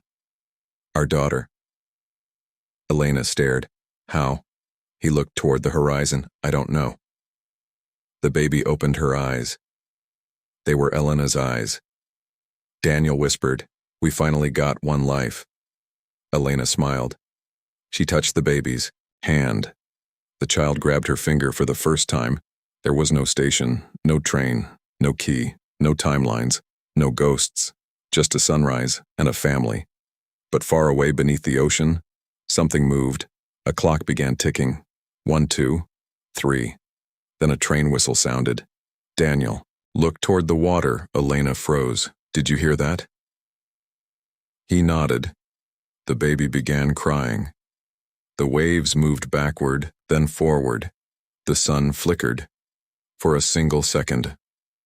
A railway platform appeared beneath the water, and on that platform a little girl in a red coat stood beside an old clock. She looked directly at Elena and smiled. Elena whispered, No. The image disappeared. Daniel looked at her. What did you see? Elena looked toward the ocean, the station. But there is no station. I know. The baby stopped crying. Tiny hand reached toward the sea, and from somewhere beneath the waves, a voice whispered, Mom. Elena's heart stopped. Daniel looked at her. The same word echoed again, Mom. Elena held the baby close, and suddenly, the baby spoke, not with the voice of a newborn, but with the voice of the little girl from the station. The last seat is still waiting. The sun went dark, and somewhere beneath the ocean, the first train began moving again. The sun went dark, not slowly, not like an eclipse. It simply disappeared. One moment, Elena was standing on the beach. The next, there was only darkness. Daniel held the baby against his chest. Elena stood beside him. Neither of them moved. The ocean had gone completely. Still no waves, no wind, no sound then. The baby opened her eyes. She looked at Elena and smiled. "The last seat is waiting," Elena whispered. "Who are you?" The baby didn't answer. Instead, she pointed toward the ocean. A single light appeared beneath the water, then another, then another. A railway line began forming beneath the surface. Elena could see it clearly. The tracks stretched toward the horizon, and on those tracks a train was approaching. Daniel stared. "This can't be happening." Elena shook her head. "We destroyed the station." "No. We destroyed the timelines." "No." "Then what is this?" Daniel looked at the baby. "I think we created something." The train came closer. Its headlights appeared beneath the ocean.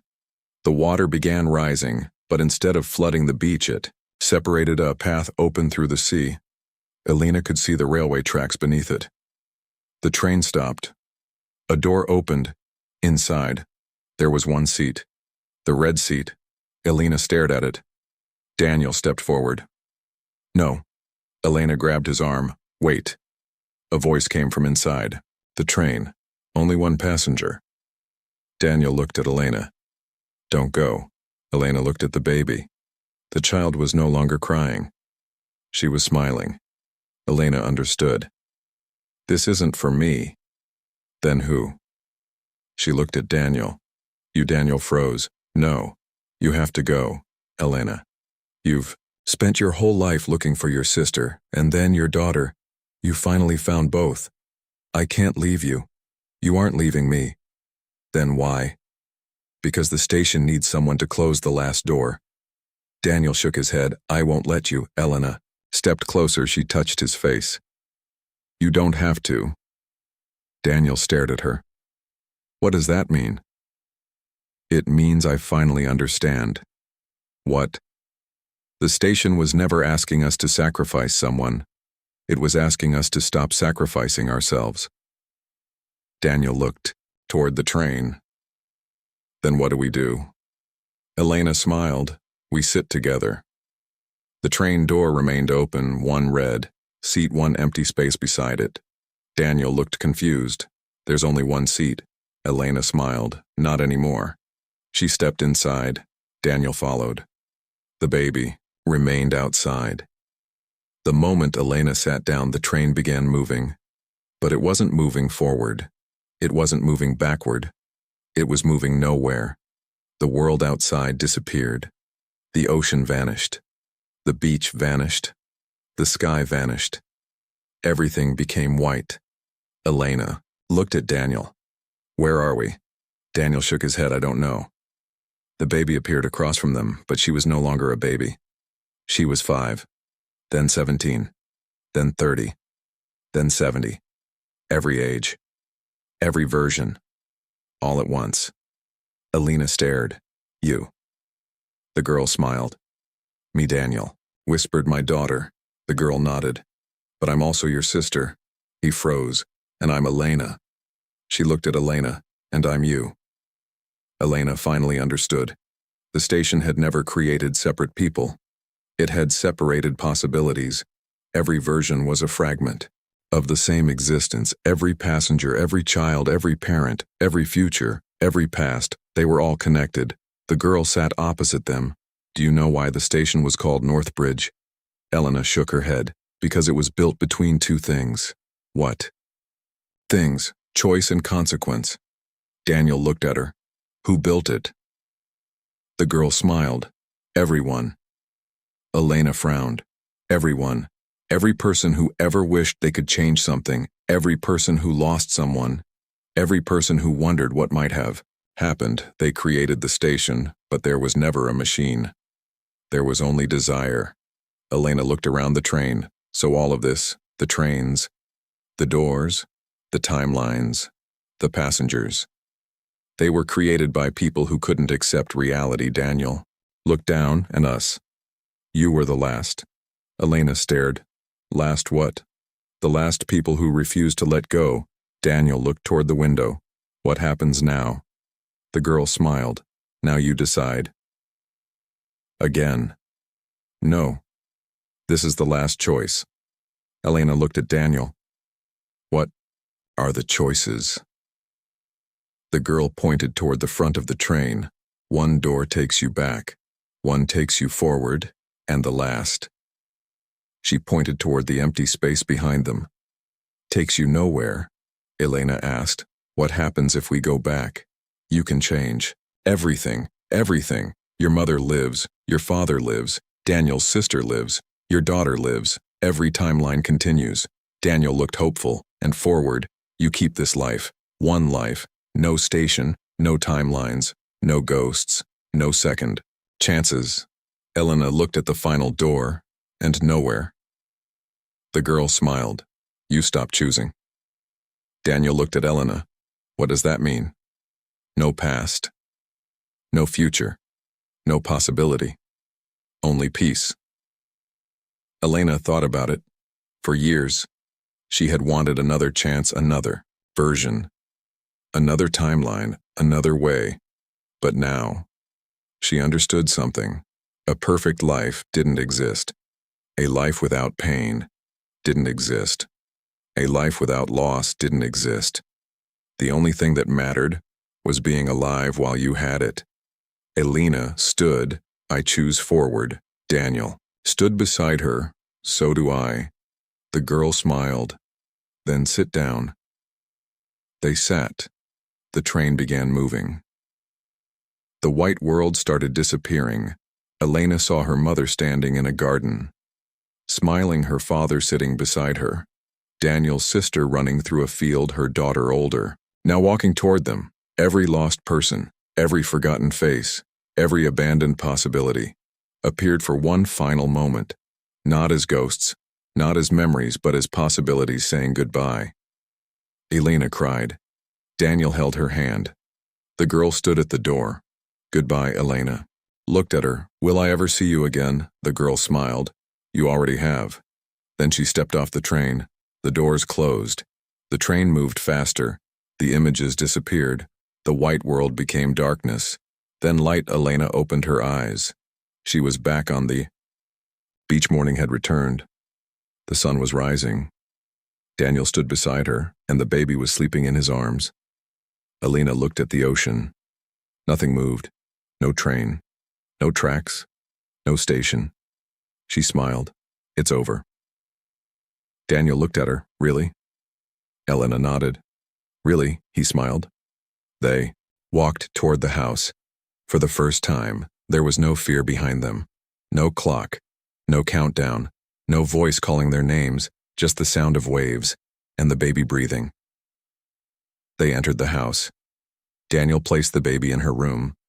Elena stood beside the crib. She watched her sleep. What should we name her? Daniel smiled. You already know. Elena looked at him. No, Elena, she laughed. Absolutely not.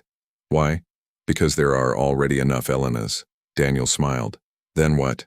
Elena looked at the baby, the child, opened her eyes for a moment. Elena thought she saw the little girl in the red coat, but then the image disappeared. She whispered, Hope. Daniel nodded. Hope. The baby smiled and fell asleep. Years passed. No station appeared. No trains arrived. No clock stopped.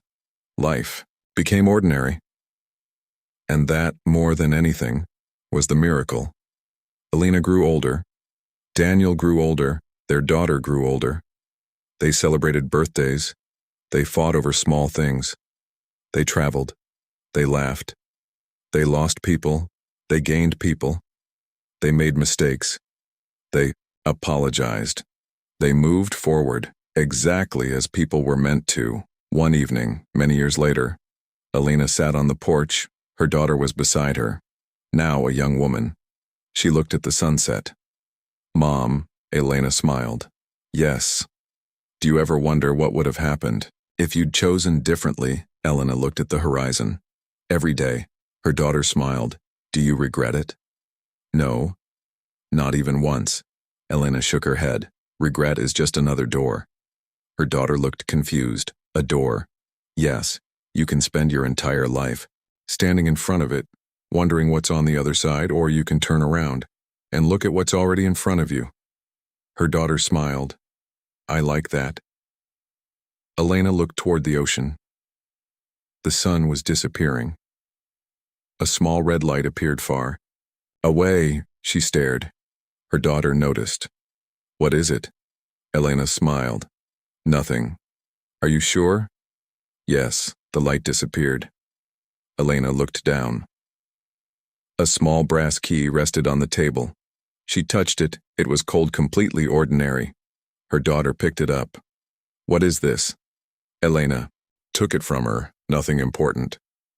She walked to the ocean and threw it into the water. The key disappeared beneath the waves. For a few seconds, nothing happened. Then far below, single clock ticked. Once Elena smiled. Goodbye. The sound vanished, and the ocean became silent.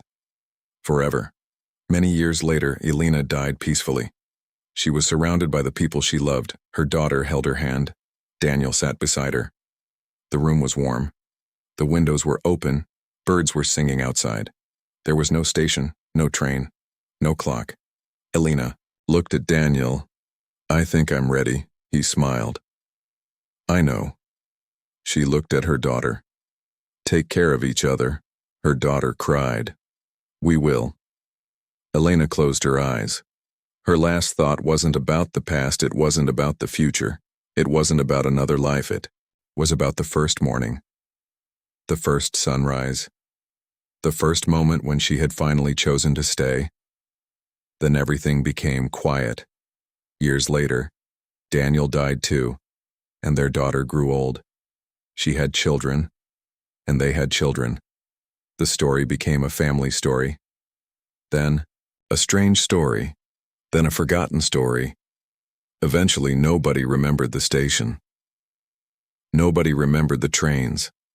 Nobody remembered the red seat. The city changed, buildings rose, buildings fell, people came, people left, generations passed. Time moved forward exactly as it was supposed to until one day, a little girl, walking beside her mother, found something buried beneath the sand. She picked it up, a small brass key. Her mother looked at it. Where did you find that? The girl smiled. Here. She held it toward the sunlight. Key reflected a tiny red light. The mother frowned. Throw it away. Why? I don't know. The girl laughed and dropped it. The key landed in the sand for a moment. Nothing happened. Then beneath the ground, something clicked. The little girl looked down. A railway track appeared, only for a second, then vanished. Stared, Mom. Her mother grabbed her hand. Come on. They walked away. Neither looked back, but beneath the sand, the key remained, waiting not for Elena, not for Daniel, not for Michael, not for the station, for someone else. Someone who had not yet been born. Someone who would one day find it and ask the same question. What if? But this time, there would be no train, no door, no station, because the choice had already been made. Time would move forward, and the world would remain imperfect, beautiful, painful, uncertain, real land. Somewhere deep beneath the ocean, the last seat remained empty, not waiting for a passenger but waiting as a reminder that every life eventually reaches a final station, and the greatest gift is not getting another chance, it is having the courage to keep moving when you know there won't be one. The end.